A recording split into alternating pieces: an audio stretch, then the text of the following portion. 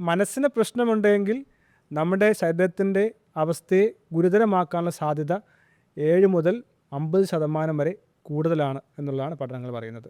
Doctor സിംറ്റത്തിന് വേണ്ടിയുള്ള ചികിത്സ നൽകുന്നുണ്ട്. പക്ഷേ ഒന്ന് ആന്തരികമായി പരിശോധിച്ച് കഴിഞ്ഞാൽ മനസ്സിലാക്കാൻ സാധിക്കും, ഈ അസുഖത്തിൻ്റെ തുടക്കമെന്ന് പറയുന്നത് മനസ്സിൻ്റെ എവിടെയോ ഉണ്ടായിട്ടുള്ള ഒരു അബറേഷനോ ട്രോമയോ ആണ് എന്നുള്ളത്. കുട്ടികൾ ധാരാളം, ഏകദേശം 60 മുതൽ 70% കുട്ടികൾ വളരെ കടുത്ത മാനസിക സംഘർഷത്തിലാണെന്നുള്ളതാണ്. അതായത് ഒരു ദേഷ്യം വരിക എന്ന് പറയുന്നത് വളരെ പെട്ടെന്നായിരിക്കും വരുന്നത്. ഇപ്പോൾ നമുക്ക് പോലും ചിന്തിക്കാൻ കഴിയുന്നതിന് മുമ്പ് തന്നെ ദേഷ്യം വരും. അപ്പോൾ ആ സമയത്ത് നമുക്കതിനെ നിയന്ത്രിക്കാൻ കഴിയില്ലല്ലോ. ഞാൻ 100% ഉറപ്പ് പറയുന്നു, ഒരു മനുഷ്യൻ തൻ്റെ ജീവിതത്തിൽ ആർജിക്കേണ്ട ഏറ്റവും വലിയ കഴിവെന്ന് പറയുന്നത് മനസ്സിന് ശക്തി ഉണ്ടാകുക എന്നുള്ളതാണ്. ഇൻസ്റ്റൻറ്റ് ഗ്രാറ്റിഫിക്കേഷൻ അല്ലെങ്കിൽ പ്ലഷർ, ഇതിനൊക്കെ പിന്നാലെ പുതിയ കാലത്ത് ആളുകൾ ഓടാൻ തുടങ്ങിയിട്ടുണ്ട് എന്ന് ഞാൻ പലപ്പോഴും ശ്രദ്ധിച്ചിട്ടുണ്ട്. മദ്യം സുഖം തരും, സ്ത്രീ അല്ലെങ്കിൽ പുരുഷൻ സുഖം തരും, ലൈംഗികത സുഖം തരും, കഞ്ചാവ് സുഖം തരും, ഇതെല്ലാം ശ്രദ്ധിക്കുന്ന ആൾക്കാരുണ്ട്. പക്ഷേ ഒരു മനുഷ്യൻ തൻ്റെ ജീവിതത്തിൻ്റെ പർപ്പസ് കണ്ടെത്തി ആ മേഖലയിൽ റിസൾട്ട് ഉണ്ടാക്കി മുന്നേറുന്നതിനേക്കാൾ അധികം സന്തോഷം നൽകുന്ന, സമാധാനം നൽകുന്ന, സ്വസ്ഥത നൽകുന്ന, ആശ്വാസം നൽകുന്ന, ആനന്ദം നൽകുന്ന വേറൊരു കാര്യമില്ല എന്നുള്ളതാണ്. പലരും പറയുന്നത് കേൾക്കാറുണ്ട്, എനിക്കിപ്പോൾ സമാധാനമുണ്ട്. അതെ, അതൊരു ഒളിച്ചോട്ടമാണ് സത്യത്തിൽ ആ ഒരു പ്രയോഗം തന്നെ. പക്ഷേ സന്തോഷവും ആനന്ദവുമാണ് ജീവിതത്തിൽ ഉണ്ടാക്കേണ്ടത്. Happiness is not a destination but a journey. Happiness is a choice. വേറെ ആരും കൊണ്ടുപോയി തരുന്ന കാര്യം സ്വന്തമായി കണ്ടെത്താനായിട്ട് ഇൻറ്റൻഷനലായി, ഡെലിബറേറ്റായി നമുക്ക് എന്ത് ചെയ്യാൻ സാധിക്കും. മനസ്സും ശരീരവും തമ്മിലുള്ള ബന്ധം എന്ന് പറയുന്നത് ഒരു പക്ഷേ ഒരിക്കലും രണ്ടായിട്ട് പോലും കാണാൻ കഴിയാത്ത ഒരു സമീപനം എന്ന നിലയിൽ പുതിയ കാലത്ത് ചർച്ചയ്ക്ക് വിധേയമായിട്ടുണ്ട്. പ്രത്യേകിച്ച് മനസ്സിലാണ് ശരീരം നിലനിൽക്കുന്നത് എന്ന് പറയുന്ന ചില സമീപനങ്ങൾ അടുത്ത കാലത്ത് ഞാൻ കേട്ടിട്ടുണ്ട്. മനസ്സാണ് ശരീരത്തെ തന്നെ പ്രവർത്തിപ്പിക്കുന്നത്. അപ്പം മനസ്സും ശരീരവും തമ്മിലുള്ള ബന്ധം ശരീരത്തെ എത്രമാത്രം ബാധിക്കുമെന്നും ശരീരത്തിലുണ്ടാകുന്ന പ്രശ്നങ്ങൾ മനസ്സിനെ എത്രമാത്രം ബാധിക്കുമെന്നുമുള്ള ധാരാളം പഠനങ്ങൾ അടുത്ത കാലത്ത് നടക്കുകയും ചെയ്തിട്ടുണ്ട്. മനസ്സാണ് ശരീരത്തെ പ്രവർത്തിപ്പിക്കുന്നത്, മനസ്സാണ് ശരീരത്തെ സ്വാധീനിക്കുന്നത് എന്നുള്ളത് കൊണ്ട് മനസ്സിൻ്റെ ആരോഗ്യം എത്രമാത്രം ശരീരത്തിൻ്റെ ആരോഗ്യവുമായി ബന്ധപ്പെട്ടിരിക്കുന്നു എന്ന് നമുക്കൊന്ന് ചർച്ച ചെയ്യാം. ഈ കാലഘട്ടത്തിൽ ഏറ്റവും അധികം ചർച്ച ചെയ്യപ്പെടേണ്ട ഒരു വിഷയം തന്നെയാണ് മനസ്സിൻ്റെ ആരോഗ്യം. മനസ്സിൻ്റെ ആരോഗ്യം, മനസ്സിൻ്റെ ശക്തി, വൈകാരിക ക്ഷമത. ഇപ്പോൾ ഇതിനെ പൊതുവെ പറയുന്നത് മെൻ്റൽ സ്ട്രെങ്ത്, ഇമോഷൻ ഇൻ്റലിജൻസ് എന്നുള്ളതാണ്. പിന്നെ എന്തുകൊണ്ട് പറയണമെന്നുള്ളതിൻ്റെ കാരണം, മനുഷ്യൻ്റെ പല രോഗങ്ങൾക്കും കാരണമെന്ന് പറയുന്നത് തന്നെ മനസ്സിൻ്റെ അവസ്ഥയാണ്, മനസ്സിൻ്റെ ദൗർലഭ്യമാണ്. അതല്ലെങ്കിൽ മനസ്സിൻ്റെ ശക്തി കുറവ്, വികാരങ്ങൾ നിയന്ത്രിക്കാൻ കഴിയാത്ത അവസ്ഥയെല്ലാമാണ് മനുഷ്യർക്ക് പലപ്പോഴും പല അസുഖങ്ങളും ഉണ്ടാക്കുന്നത്. ഇതിനെക്കുറിച്ച് പല സ്റ്റഡീസും തന്നെ പറയുന്നത് medical science without emotion intelligence. പല അസുഖങ്ങളും ഡോക്ടേഴ്സ് ചികിത്സിക്കും, സിംറ്റംസിനെയാണ് ചികിത്സിക്കുന്നത്. ഒരാൾ പനിയായി വരുന്നു, ഒരാൾ നടുവേദനയായി വരുന്നു, ഒരാൾ എന്തെങ്കിലും അസുഖങ്ങൾ പറയുന്നു, ഡോക്ടർ സിംറ്റത്തിന് വേണ്ടിയുള്ള ചികിത്സ നൽകുന്നുണ്ട്.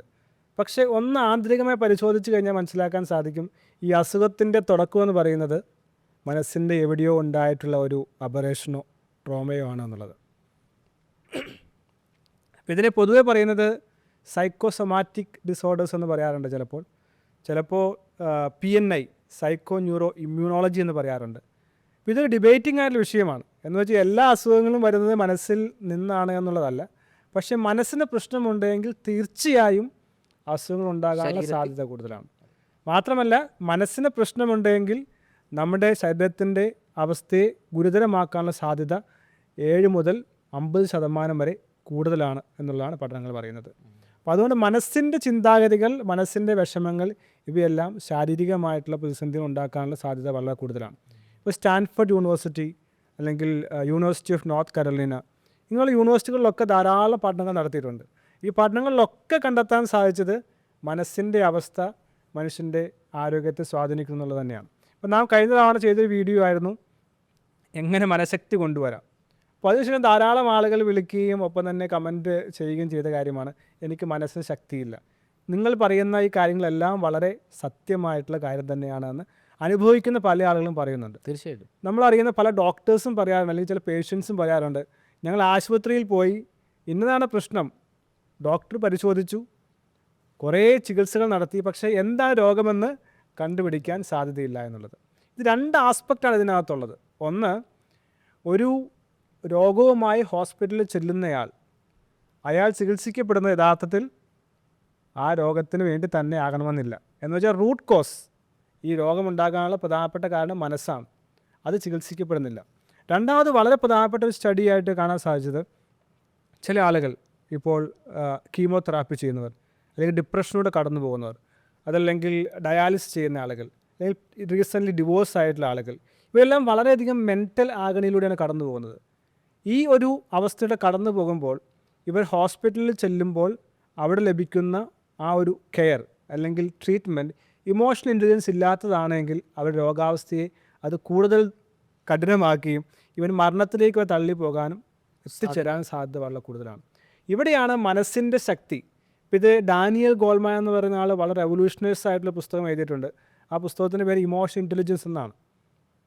ഒരുപക്ഷെ ഈ കാലഘട്ടത്തിൽ മനുഷ്യന് വേണ്ട ഏറ്റവും വലിയ നൈപുണി അല്ലെങ്കിൽ സ്കില്ലെന്ന് പറയുന്നത് ഇമോഷണൽ ഇൻ്റലിജൻസ് ആണ്. എങ്ങനെ ഇമോഷൻസ് നിയന്ത്രിക്കാൻ സാധിക്കും?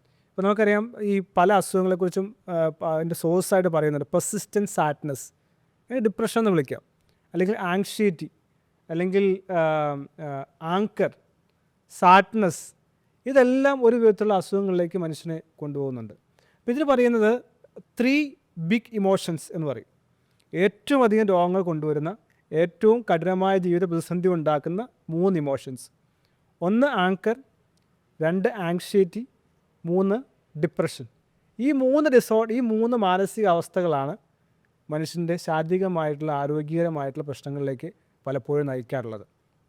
വളരെ വേദനാജനകമായ കാര്യമെന്ന് പറഞ്ഞു കഴിഞ്ഞാൽ നമുക്ക് ഈ പ്രശ്നങ്ങളൊക്കെ തീർച്ചയായും പരിഹരിക്കാൻ സാധിക്കും.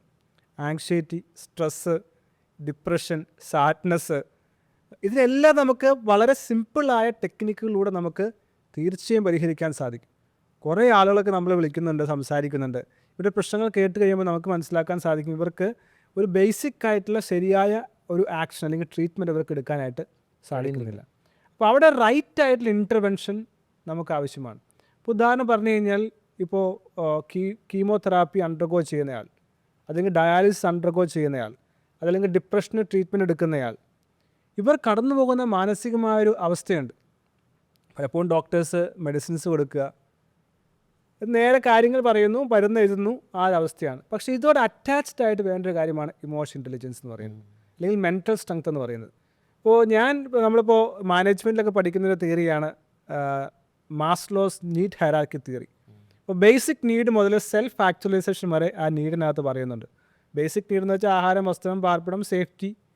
പിന്നെ വലിയ മുകളിലേക്ക് പോയിട്ടാണ് സെൻസ് ഓഫ് ബിലോങ്ങിങ്നെസ് എല്ലാം വരുന്നുണ്ട്. അതിൻ്റെ മുകളിലാണ് സെൽഫ് എസ്റ്റീമിന് ശേഷം സെൽഫ് ആക്ച്വലൈസേഷൻ. അപ്പോൾ മെറ്റീരിയലായിട്ട് പല ആഗ്രഹങ്ങൾ നമുക്കുണ്ടാവും.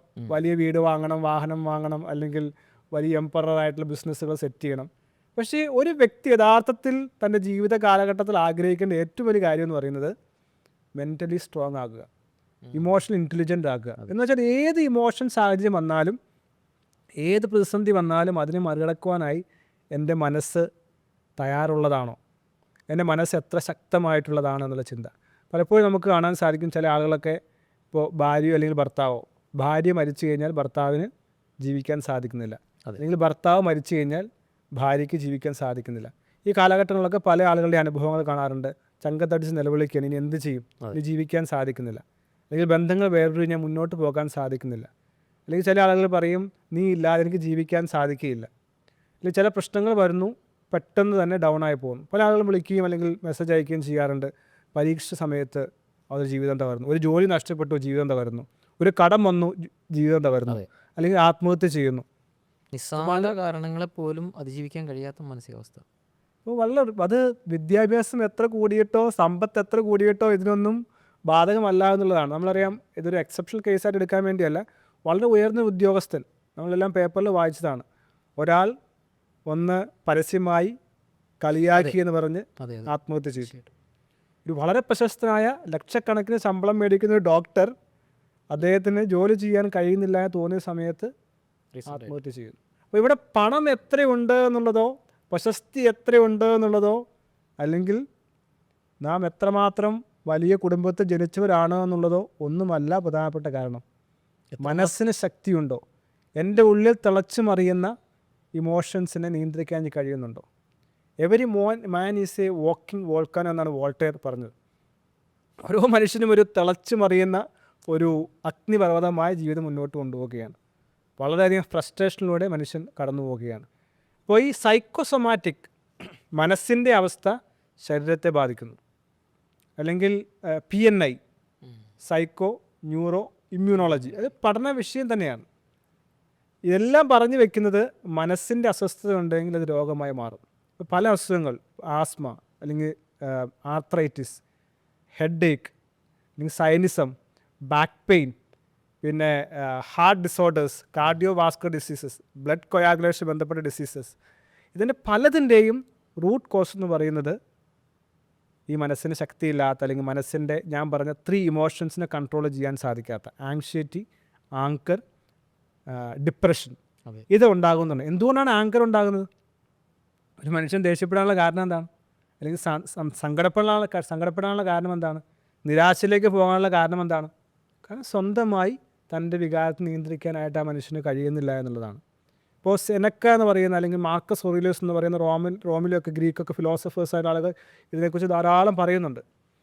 ഇത് തീർച്ചയായും പറ്റും. പക്ഷേ മനസ്സിന് ശക്തി ഉണ്ടാക്കുക എന്ന് പറഞ്ഞാൽ ഒരു ജീവിതകാലത്ത് മനുഷ്യന് ആർജിക്കേണ്ട ഏറ്റവും വലിയ നൈപുണ്യങ്ങളിൽ ഒന്നാണ് ഇമോഷൻ ഇൻ്റലിജൻസ് അല്ലെങ്കിൽ അതുമായി ബന്ധപ്പെട്ട മെൻ്റൽ സ്ട്രെങ്ത് എന്ന് പറയുന്നത്. അത് വളരെ ചെറുപ്പത്തിൽ തന്നെ നാം പ്രാക്ടീസ് ചെയ്ത് തുടങ്ങേണ്ടതാണ്. ഇനി ചെറുപ്പത്തിൽ തുടങ്ങിയില്ലെങ്കിൽ കൂടെ നമുക്ക് ഇനിയും സ്റ്റാർട്ട് ചെയ്യുക. ഒന്ന് ആലോചിച്ച് നോക്കൂ, ഒരു അസുഖം വന്നു കഴിഞ്ഞാൽ എന്ത് സംഭവിക്കും? ഹോസ്പിറ്റലിൽ പോകണം, മരുന്ന് കഴിക്കണം, അന്ന് ലീവ് എടുക്കണം. നമ്മൾ കുട്ടികളാണെങ്കിൽ അല്ലെങ്കിൽ മുതിർന്നവരാണെങ്കിൽ നമ്മളെ സഹായിക്കാൻ ആരെങ്കിലും വേണം. ഇനി മരുന്ന് കഴിച്ചാലോ? മരുന്ന് കൊണ്ടുണ്ടാകുന്നത്, കാരണം ശരിയായ അസുഖം എന്ന് പറയുന്നത് അതല്ല, മനസ്സാണ്. ഇപ്പോൾ കുടുംബത്തിൽ വഴക്കുള്ളയാൾ, അല്ലെങ്കിൽ ഓഫീസിൽ സ്ട്രെസ് ഉള്ളയാൾ, ഭാര്യയും ഭർത്താവും വഴക്കുള്ളയാൾ, അല്ലെങ്കിൽ വീട്ടിൽ പ്രതിസന്ധി ഉള്ളയാൾ, അല്ലെങ്കിൽ ജോലി പോകുമോ എന്ന് പേടിക്കുന്നയാൾ, ഓഫീസിൽ ബോസ് പ്രശ്നക്കാരനാകുന്നയാൾ, പരീക്ഷയെ പേടിക്കുന്നയാൾ, ഇങ്ങനെ നോക്കിക്കഴിഞ്ഞാൽ ഇപ്പോൾ നമുക്ക് റീസെൻ്റ് പഠനങ്ങളിൽ കാണുന്ന ഈവൻ കുട്ടികൾ ധാരാളം, ഏകദേശം 60 മുതൽ 70% വരെ കുട്ടികൾ വളരെ കടുത്ത മാനസിക സംഘർഷത്തിലാണെന്നുള്ളതാണ്. യങ് പ്രൊഫഷണൽസ് ആയിട്ടുള്ള ജെൻസീസ് ആയിട്ടുള്ള ആളുകൾ വളരെയധികം എബോവ് 50% ആളുകൾ കടുത്ത മാനസിക സംഘർഷം അനുഭവിക്കുന്നു എന്നുള്ളതാണ്. ഈ മാറി വരുന്ന സാമൂഹിക അന്തരീക്ഷത്തിന് വലിയ പങ്കുണ്ട് ഇതിലല്ലേ? തീർച്ചയായിട്ടും. കാരണം ചെറിയ ചെറിയ സാഹചര്യങ്ങളെ പോലും നേരിടാൻ കഴിയാതെ വരുന്ന ഒരു തലമുറയാണ് വളർന്നു വരുന്നത്. പക്ഷേ ഈ തലമുറയിൽ മാത്രമല്ല, കാലാതീതമായി മനുഷ്യൻ ഉള്ള ഒന്നാണ് മാനസിക സംഘർഷം എന്ന് പറയുന്നത്. പക്ഷെ ഇപ്പോൾ കുറേ കൂടി കൂടിയിട്ടുണ്ട്. കാരണം നേരത്തെ എന്ന് പറഞ്ഞാൽ മനുഷ്യൻ്റെ ആഗ്രഹം എന്ന് പറയുന്നത് ഭക്ഷണം കഴിക്കുക, കിടന്നുറങ്ങുക. ഇപ്പോൾ അങ്ങനെയല്ല. ജോലി ബന്ധപ്പെട്ട കാര്യങ്ങൾ, സമ്പത്തുണ്ടാക്കണം, പിന്നെ എൻ്റെ കൂട്ടുകാരൻ അല്ലെങ്കിൽ കൂട്ടുകാരി അദ്ദേഹം ആർഭാടമായി ജീവിക്കുന്നു, സന്തോഷമായി ജീവിക്കുന്നു, എനിക്ക് ജീവിക്കാൻ കഴിയുന്നില്ല. പിന്നെ മത്സരം, അവർക്ക് ജോലി കിട്ടി, എനിക്ക് ജോലി കിട്ടിയില്ല. പിന്നെ ഇത്തരം പ്രശ്നങ്ങൾ ഉള്ളതുകൊണ്ട് തന്നെ ഫാമിലിയിൽ ഉണ്ടാകുന്ന പ്രശ്നങ്ങൾ, മക്കളെ മാനേജ് ചെയ്യാനുള്ള പ്രശ്നങ്ങൾ, സോഷ്യൽ മീഡിയയുടെ അതിപ്രസരം മൂലം മനുഷ്യൻ വിചാരിക്കുന്നതെല്ലാമാണ് യഥാർത്ഥത്തിലുള്ള ജീവിതം ചിന്തിക്കുന്നു, അല്ലേ? സോഷ്യൽ മീഡിയ കാണുന്നത് എന്താ? ഒന്നുകിൽ ഏറ്റവും സന്തോഷകരമായ കാര്യങ്ങൾ കാണുന്നു, അല്ലെങ്കിൽ ഏറ്റവും മോശകരമായ കാര്യങ്ങളെല്ലാം കാണുന്നു. ഇതെല്ലാം കണ്ട് ഇതാണ് ജീവിതത്തിലെ യഥാർത്ഥ റിയാലിറ്റി എന്ന് മനുഷ്യൻ ചിന്തിക്കുകയാണ്. ഇപ്പോൾ നമുക്ക് റീസെൻ്റ് നമുക്ക് എത്രയോ കൊലപാതകങ്ങളും ഭീകരമായിട്ടുള്ള കാര്യങ്ങളുമാണ് സ്കൂളുകളിൽ തന്നെ നടക്കുന്നത്. എത്രയോ നിഷ്ഠൂരമായ കൊലപാതകങ്ങളാണ് ഇൻഫ്ലുവൻസ് ചെയ്യപ്പെടുന്നുണ്ടല്ലേ? തീർച്ചയായിട്ടും ഉണ്ടെന്നാണ് പഠനങ്ങൾ പറയുന്നത്. ഇപ്പോൾ നമുക്ക് ഡാനിയൽ ഗോൾമാൻ്റെ പുസ്തകം ആരംഭിക്കുന്നതിന് ഇങ്ങനത്തെ ഇൻസിഡൻറ്റുകളിലൂടെയാണ്. ആളെ കൊല്ലുന്നു, അല്ലെങ്കിൽ വാഹനം ഓടിച്ചുമ്പോൾ ദേഷ്യം വന്നിട്ട് വാഹനം ഇടിപ്പിച്ച് കൊല്ലുന്നു, അല്ലെങ്കിൽ ദേഷ്യം വന്നിട്ട് ഭാര്യയോ ഭർത്താവിനെ അടിച്ചു വീഴ്ത്തുന്നു, അല്ലെങ്കിൽ സുഹൃത്തിനെ അടിച്ചു വീഴ്ത്തുന്നു. കാരണം വികാരം നിയന്ത്രിക്കാനായിട്ട് കഴിയുന്നില്ല. വികാരം നിയന്ത്രിക്കാൻ കഴിയുന്ന സാഹചര്യങ്ങളിൽ മാത്രമാണ് മനുഷ്യന് യഥാർത്ഥത്തിലുള്ളൊരു വികസനം അല്ലെങ്കിൽ ഡെവലപ്മെൻറ്റ് നമുക്ക് സാധ്യമാകുകയുള്ളൂ. ഇപ്പോൾ ഇത് തന്നെ ഇപ്പോൾ സ്റ്റാൻഫോർഡ് യൂണിവേഴ്സിറ്റി നടത്തിയൊരു പഠനമുണ്ട്. അപ്പോൾ ആ പഠനത്തിൽ ടി സെൽസ് എന്ന് പറയുന്നത് ഇമ്മ്യൂണിറ്റിയെ സപ്രസ് ചെയ്യുന്ന ഒരു സെല്ലാണ്. അത് ഒരു റാറ്റിൽ ഇഞ്ചെക്റ്റ് ചെയ്യുകയാണ്, കൂടെ ഒരു പഞ്ചസാര ലായനി കൊടുക്കുന്നു. ആ സമയത്ത് ഈ റാറ്റിൻ്റെ ഇമ്മ്യൂൺ സിസ്റ്റം താഴേക്ക് പോവുകയാണ്. കുറച്ച് കഴിഞ്ഞിട്ട് ഈ സാക്രിൻ അല്ലെങ്കിൽ പഞ്ചസാര വെള്ളം മാത്രം കൊടുക്കുകയാണ്. അപ്പോഴും ഇമ്മ്യൂൺ സിസ്റ്റം താഴേക്ക് പോവുകയാണ്. എന്ന് വെച്ചാൽ ഇതൊരു മനസ്സിൻ്റെ അവസ്ഥ ശരീരത്തിലേക്ക് ബാധിക്കുന്നതിൻ്റെ ഒരു അവസ്ഥ. അപ്പോൾ ഇതത് ഏറ്റവും ഫണ്ടമെൻ്റലായി സംഭവിക്കുന്നത്, ഞാൻ പറഞ്ഞ ഈ വിഷയം ഡിബേറ്റിംഗ് ആണെന്നുള്ളത്. മനസ്സിൻ്റെ പ്രശ്നം കൊണ്ടാണ് എല്ലാ രോഗങ്ങളും ഉണ്ടാകുന്നത്. പലരും ചോദിക്കുന്നു, എനിക്ക് ജന്മനാ ഇതുണ്ട് അല്ലെങ്കിൽ പാരമ്പര്യമായിട്ടിതുണ്ട്. പക്ഷേ ഈ എല്ലാ പഠനങ്ങളും പറയുന്നത് സാധ്യത വളരെ കൂടുതലാണ് എന്നുള്ളതാണ്. ഈ മാനസികമായിട്ടുള്ള അവസ്ഥ വരാനുള്ള സാധ്യത വളരെ കൂടുതലാണെന്നുള്ളതാണ്. ഇതിൻ്റെ തുടക്കം എന്ന് പറയുന്നത് തന്നെ ഈ മനസ്സിൻ്റെ അവസ്ഥയിൽ നിന്നാണെന്നുള്ളതാണ് പഠനങ്ങൾ മനസ്സിലാക്കാൻ സാധിക്കുന്നത്. അപ്പോൾ ഒന്ന് ശ്രദ്ധിച്ചാൽ ചെറിയ ആക്ഷൻസ്, ധാരാളം ആക്ഷൻസ് നമുക്ക് ചെയ്യാൻ സാധിക്കും. മൈൻഡിനെ സ്ട്രെങ്തൻ ആക്കാൻ, ഇമോഷണലി സ്ട്രോങ് ആക്കാനുള്ള ധാരാളം ആക്ഷൻസ് നമുക്ക് ചെയ്യാൻ സാധിക്കും. ഇപ്പോൾ നമ്മളൊക്കെ നടക്കുന്ന മെൻറ്റൽ സ്ട്രെങ്ത്തിൻ്റെ കോഴ്സുകൾ, ഇമോഷൻ ഇൻ്റലിജൻസിൻ്റെ കോഴ്സുകളെല്ലാം എങ്ങനെ മനസ്സിന് ചെറിയ ചെറിയ ആക്ടിവിറ്റികളിലൂടെ നമുക്ക് ഡെവലപ്പ് ചെയ്യാൻ സാധിക്കും, അതിലൂടെ അസുഖങ്ങൾ എങ്ങനെ മറികടക്കുവാൻ സാധിക്കും, സന്തോഷകരമായ ജീവിതം എങ്ങനെ നമുക്ക് കൊണ്ടുവരുവാൻ സാധിക്കും എന്നുള്ളതെല്ലാം നമുക്ക് കാണുവാൻ സാധിക്കും. നമുക്കറിയാം മനുഷ്യൻ്റെ ജീവിതത്തിലെ പ്രശ്നങ്ങളെല്ലാം എടുത്തു നോക്കിക്കഴിഞ്ഞാൽ ശരിക്കും പറഞ്ഞാൽ സാമ്പത്തിക പ്രശ്നം മാത്രമല്ല മനുഷ്യൻ്റെ പ്രശ്നങ്ങൾ, അല്ലേ? സാമ്പത്തികമല്ലാത്ത പ്രശ്നങ്ങൾ മനുഷ്യർക്ക് ഉണ്ടാകുന്ന പല പ്രശ്നങ്ങളുടെയും കാരണം എന്ന് പറയുന്നത് അത് ഇമോഷൻസ് ബന്ധപ്പെട്ടത് തന്നെയാണ്. അപ്പോൾ അതുകൊണ്ടാണ് ഈ പഠനങ്ങളിലെല്ലാം തന്നെ പറഞ്ഞു വയ്ക്കുന്നത് മനസ്സും ശരീരവും തമ്മിൽ വളരെ ബന്ധപ്പെട്ടാണ്. പൊതുവേ നാം പറയാറുണ്ട് മനസ്സിൻ്റെ മുഖം മനസ്സിൻ്റെ കണ്ണാടിയാണെന്നെല്ലാം പറയാറുണ്ട്. അതുപോലെ തന്നെ ശരീരത്തിലും ഇത് വളരെയധികം ദുർവ്യാപകമായ ഫലങ്ങൾ ഉണ്ടാക്കുന്ന തിരിച്ചറിവ് നമുക്കുണ്ടെങ്കിൽ വളരെ സ്വാസ്ഥ്യമുള്ള ജീവിതം നമുക്ക് നയിക്കാനായിട്ട് തീർച്ചയായിട്ടും സാധിക്കും.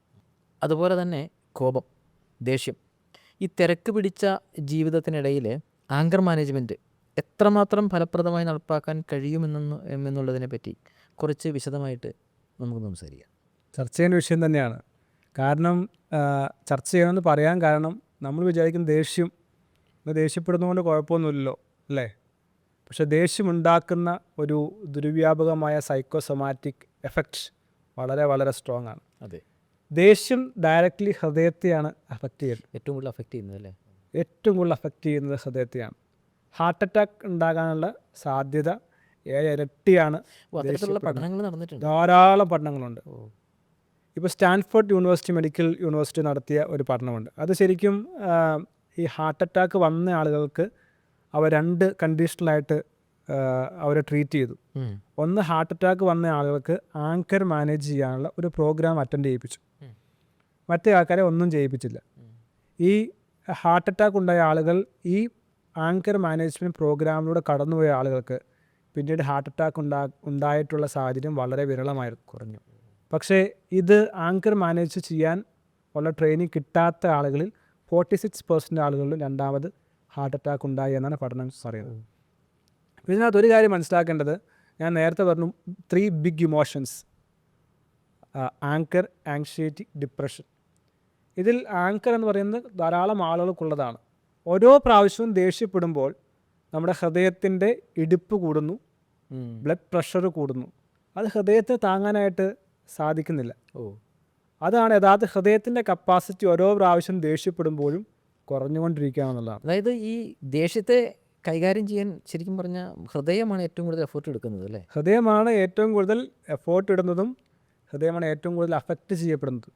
ഒരാൾ ദേഷ്യപ്പെടുമ്പോൾ ഹൃദയത്തിലേക്കാണ് അതിൻ്റെ ഏറ്റവും പ്രധാനപ്പെട്ട വേവുകൾ കടന്നു വരുന്നതും. അത് ഹൃദയത്തിന് ശക്തി ഇല്ലെങ്കിൽ വളരെ ബുദ്ധിമുട്ടാവില്ലേ? ഹൃദയത്തിന് ശക്തിയാണ് നമുക്ക് ജീവിക്കാനായിട്ട് സഹായിക്കുന്നത് തന്നെ. നമ്മുടെ ബ്ലഡ് സർക്കുലേറ്റ് ചെയ്യപ്പെടാൻ കാർഡിയോ വാസ്കുലർ സിസ്റ്റം ഫങ്ഷൻ ചെയ്യണമെങ്കിൽ ഹൃദയത്തിന് ഇടിപ്പ് വളരെ ആവശ്യമാണ്. ഇതിനകത്ത് ഒരു കാര്യം മനസ്സിലാക്കേണ്ടത്, ഈ വികാരങ്ങൾ എപ്പോഴും നമ്മുടെ ഇമ്മ്യൂൺ സിസ്റ്റവുമായി ബന്ധപ്പെട്ടുള്ളതാണ്. ഇതിനെ അലോസ്റ്റാറ്റിക് ലോഡ് എന്ന് പറയും. എന്നുവെച്ചാൽ ഇമ്മ്യൂൺ സിസ്റ്റത്തെ വിയർ ആൻഡ് ടിയർ ചെയ്യിക്കാനായിട്ട് ഇടയാക്കുന്നൊരു കാര്യമാണ് ഈ പറയുന്ന ഇമോഷൻസ്. ഈ ഇമ്മ്യൂൺ സിസ്റ്റത്തെ മാനേജ് ചെയ്യാനായിട്ട് നമ്മെ സഹായിക്കുന്നതാണ്, അല്ലെങ്കിൽ നമ്മെ ഹെൽപ്പ് ചെയ്യുന്ന ഒന്നാണ് ഈ പറയുന്ന വികാരങ്ങളെ കൺട്രോൾ ചെയ്യുക എന്നുള്ളത്. നാം ദേഷ്യപ്പെടുമ്പോൾ, അല്ലെങ്കിൽ ഡിപ്രസ്ഡ് ആകുമ്പോൾ, സാഡ്നെസ് ആകുമ്പോൾ, ആങ്സൈറ്റി ആകുമ്പോൾ നമ്മുടെ ഇമ്മ്യൂൺ സിസ്റ്റം വീക്കാകുകയാണ്, അല്ലെങ്കിൽ വിയർ ആൻഡ് ടിയർ തേഞ്ഞ് തീർന്നുകൊണ്ടിരിക്കുകയാണ്. ദേഷ്യപ്പെടുമ്പോൾ ഹൃദയം തേഞ്ഞ് തീരുകയാണ്. ഈ ദേഷ്യപ്പെടുമ്പോൾ ഹൃദയത്തിൻ്റെ ശക്തി കുറയുകയാണ്. ഇപ്പോൾ നമുക്ക് ഇപ്പോൾ ഓക്സ്ഫോർഡിലൊക്കെ യൂണിവേഴ്സിറ്റിയിലെ അല്ലെങ്കിൽ മെഡിക്കൽ സയൻസിലെ ഡോക്ടേഴ്സ് ചില എക്സാമ്പിൾസ് ഒക്കെ പറയാറുണ്ട്. അപ്പോൾ അവർ രോഗികളോട് ചോദിക്കും, ചില ഓപ്പറേഷൻസ് ചെയ്യുന്ന സമയത്ത് ചോദിക്കും, നിങ്ങൾ ഓപ്പറേഷന് തയ്യാറാണോ? നിങ്ങൾ ടെൻഷൻ ഇല്ലാതെയാണോ, അല്ലെങ്കിൽ കാം ആൻഡ് പീസ്ഫുൾ ആയിട്ടാണോ ഈ ഓപ്പറേഷൻസിന് വന്നിരിക്കുന്നത്? ചില ആൾക്ക് വളരെയധികം വെപ്രാളം കാണിക്കും, ചില ആൾക്ക് ശാന്തമായിട്ട് അവർ തയ്യാറായിട്ട് വരും. അപ്പോൾ ഈ വെപ്രാളം കാണിക്കുന്ന അല്ലെങ്കിൽ ടെൻസ്ഡ് ആയിട്ടുള്ള ആളുകളെ അവരന്ന് ഓപ്പറേറ്റ് ചെയ്യില്ല. കാരണം അന്ന് ഓപ്പറേറ്റ് ചെയ്ത് കഴിഞ്ഞാൽ ബ്ലീഡിങ് വളരെ ഉണ്ടാകാനുള്ള സാധ്യത വളരെ കൂടുതലാണ്. അതുവഴി മരണം ഉണ്ടാകാനുള്ള സാധ്യതയും കൂടുതലാണ്. കാരണം ടെൻഷൻ കൂടുമ്പോൾ, അല്ലെങ്കിൽ ആങ്സൈറ്റി കൂടുമ്പോൾ ബ്ലഡ് കൂടുതൽ സർക്കുലേറ്റ് ചെയ്യപ്പെടുകയും ബ്ലഡ് പ്രഷർ കൂടുകയും അല്ലെങ്കിൽ ഹൃദയമിടിപ്പ് കൂടുകയും ചെയ്യുന്നത് വഴി ബ്ലീഡിങ് ഉണ്ടാകാനുള്ള സാധ്യത വളരെ കൂടുതലാണ്. പിന്നെ അത് വൂണ്ട് ഹീൽ ചെയ്യാനുള്ള സാധ്യത വളരെ കുറവാണ്. അപ്പം ഇങ്ങനെയുള്ള സാഹചര്യങ്ങളെല്ലാം ഞാൻ പറഞ്ഞ ഇമ്മ്യൂൺ സിസ്റ്റത്തെയാണ് നേരിട്ട് അല്ലെങ്കിൽ അല്ലോസ്റ്റാറ്റിക് ലോഡ് കൂടുകയും അല്ലെങ്കിൽ ആ വിയർ ആൻഡ് ടിയർ കൂടുകയും ചെയ്യുന്ന വഴി ഹൃദയത്തെയാണ് അഫക്റ്റ് ചെയ്യുന്നത്. അപ്പോൾ ദേഷ്യമാണ് ഏറ്റവും കൂടുതൽ ഹൃദയത്തെ അഫക്റ്റ് ചെയ്യുന്നത്. ഇപ്പോൾ ദേഷ്യമുള്ളവർ ഹാർട്ട് അറ്റാക്ക് ഉണ്ടാകാനുള്ള സാധ്യത കൂടുതലാണ്. മാത്രമല്ല രണ്ടാമത് ഹാർട്ട് അറ്റാക്ക് ഉണ്ടാകാനുള്ള സാധ്യത വളരെ കൂടുതലാണ്. അപ്പോൾ ഈ പഠനങ്ങളിലെല്ലാം ഇപ്പോൾ യൂണിവേഴ്സിറ്റി ഓഫ് ഡ്യൂക്ക് അല്ലെങ്കിൽ യൂണിവേഴ്സിറ്റി ഓഫ് നോർത്തേൺ കരോലിന ഇവരെല്ലാം ധാരാളം പഠനം നടത്തിയതിൽ 7 മുതൽ 10% വരെ സാധ്യത ഇരട്ടിയാണ് ഈ ഹൃദയത്തിൻ്റെ ആരോഗ്യത്തെ ബാധിക്കുന്ന ഈ ദേഷ്യം എന്ന് പറയുന്നത്. അപ്പോൾ ഓരോ പ്രാവശ്യവും ദേഷ്യപ്പെടുമ്പോൾ നാം ചിന്തിക്കുക, എൻ്റെ ഹൃദയത്തെയാണ് ഞാൻ തകർത്തുകൊണ്ടിരിക്കുന്നത്, എൻ്റെ ശരീരത്തെയാണ് ഞാൻ തകർത്തുകൊണ്ടിരിക്കുന്നത്, ഞാൻ മരണത്തിലേക്ക് പതിയെ നടക്കുകയോ ഓടുകയോ ചെയ്യുകയാണ് ഓരോ പ്രാവശ്യവും ദേഷ്യം കൂടുന്നത്. അപ്പോൾ ഞാൻ ആദ്യം പറഞ്ഞു, ഈ സ്റ്റാൻഫോർഡ് മെഡിക്കൽ സർവകലാശാലയിൽ ഹൃദയാഘാതമുണ്ടായ ആളുകൾക്ക് ഒരു പ്രോഗ്രാം കൊടുത്തു. ആ പ്രോഗ്രാം ആങ്കർ മാനേജ് ചെയ്യാൻ, ദേഷ്യത്തെ മാനേജ് ചെയ്യാനുള്ള പ്രോഗ്രാമായിരുന്നു. ആ പ്രോഗ്രാം കഴിഞ്ഞപ്പോൾ അദ്ദേഹത്തിന് ആ വ്യക്തികളുടെ പിന്നീട് ഹാർട്ട് അറ്റാക്ക് ഉണ്ടാകാനുള്ള സാധ്യത വളരെയധികം കുറയുകയും ഉണ്ടാകാതിരിക്കുകയും ചെയ്തു. അപ്പോൾ ഞാനിത് സ്റ്റാൻഫോർഡിലെ കാര്യം മാത്രമല്ല, എനിക്ക് വ്യക്തിപരമായി അറിയാവുന്ന പല ആളുകളുമുണ്ട്.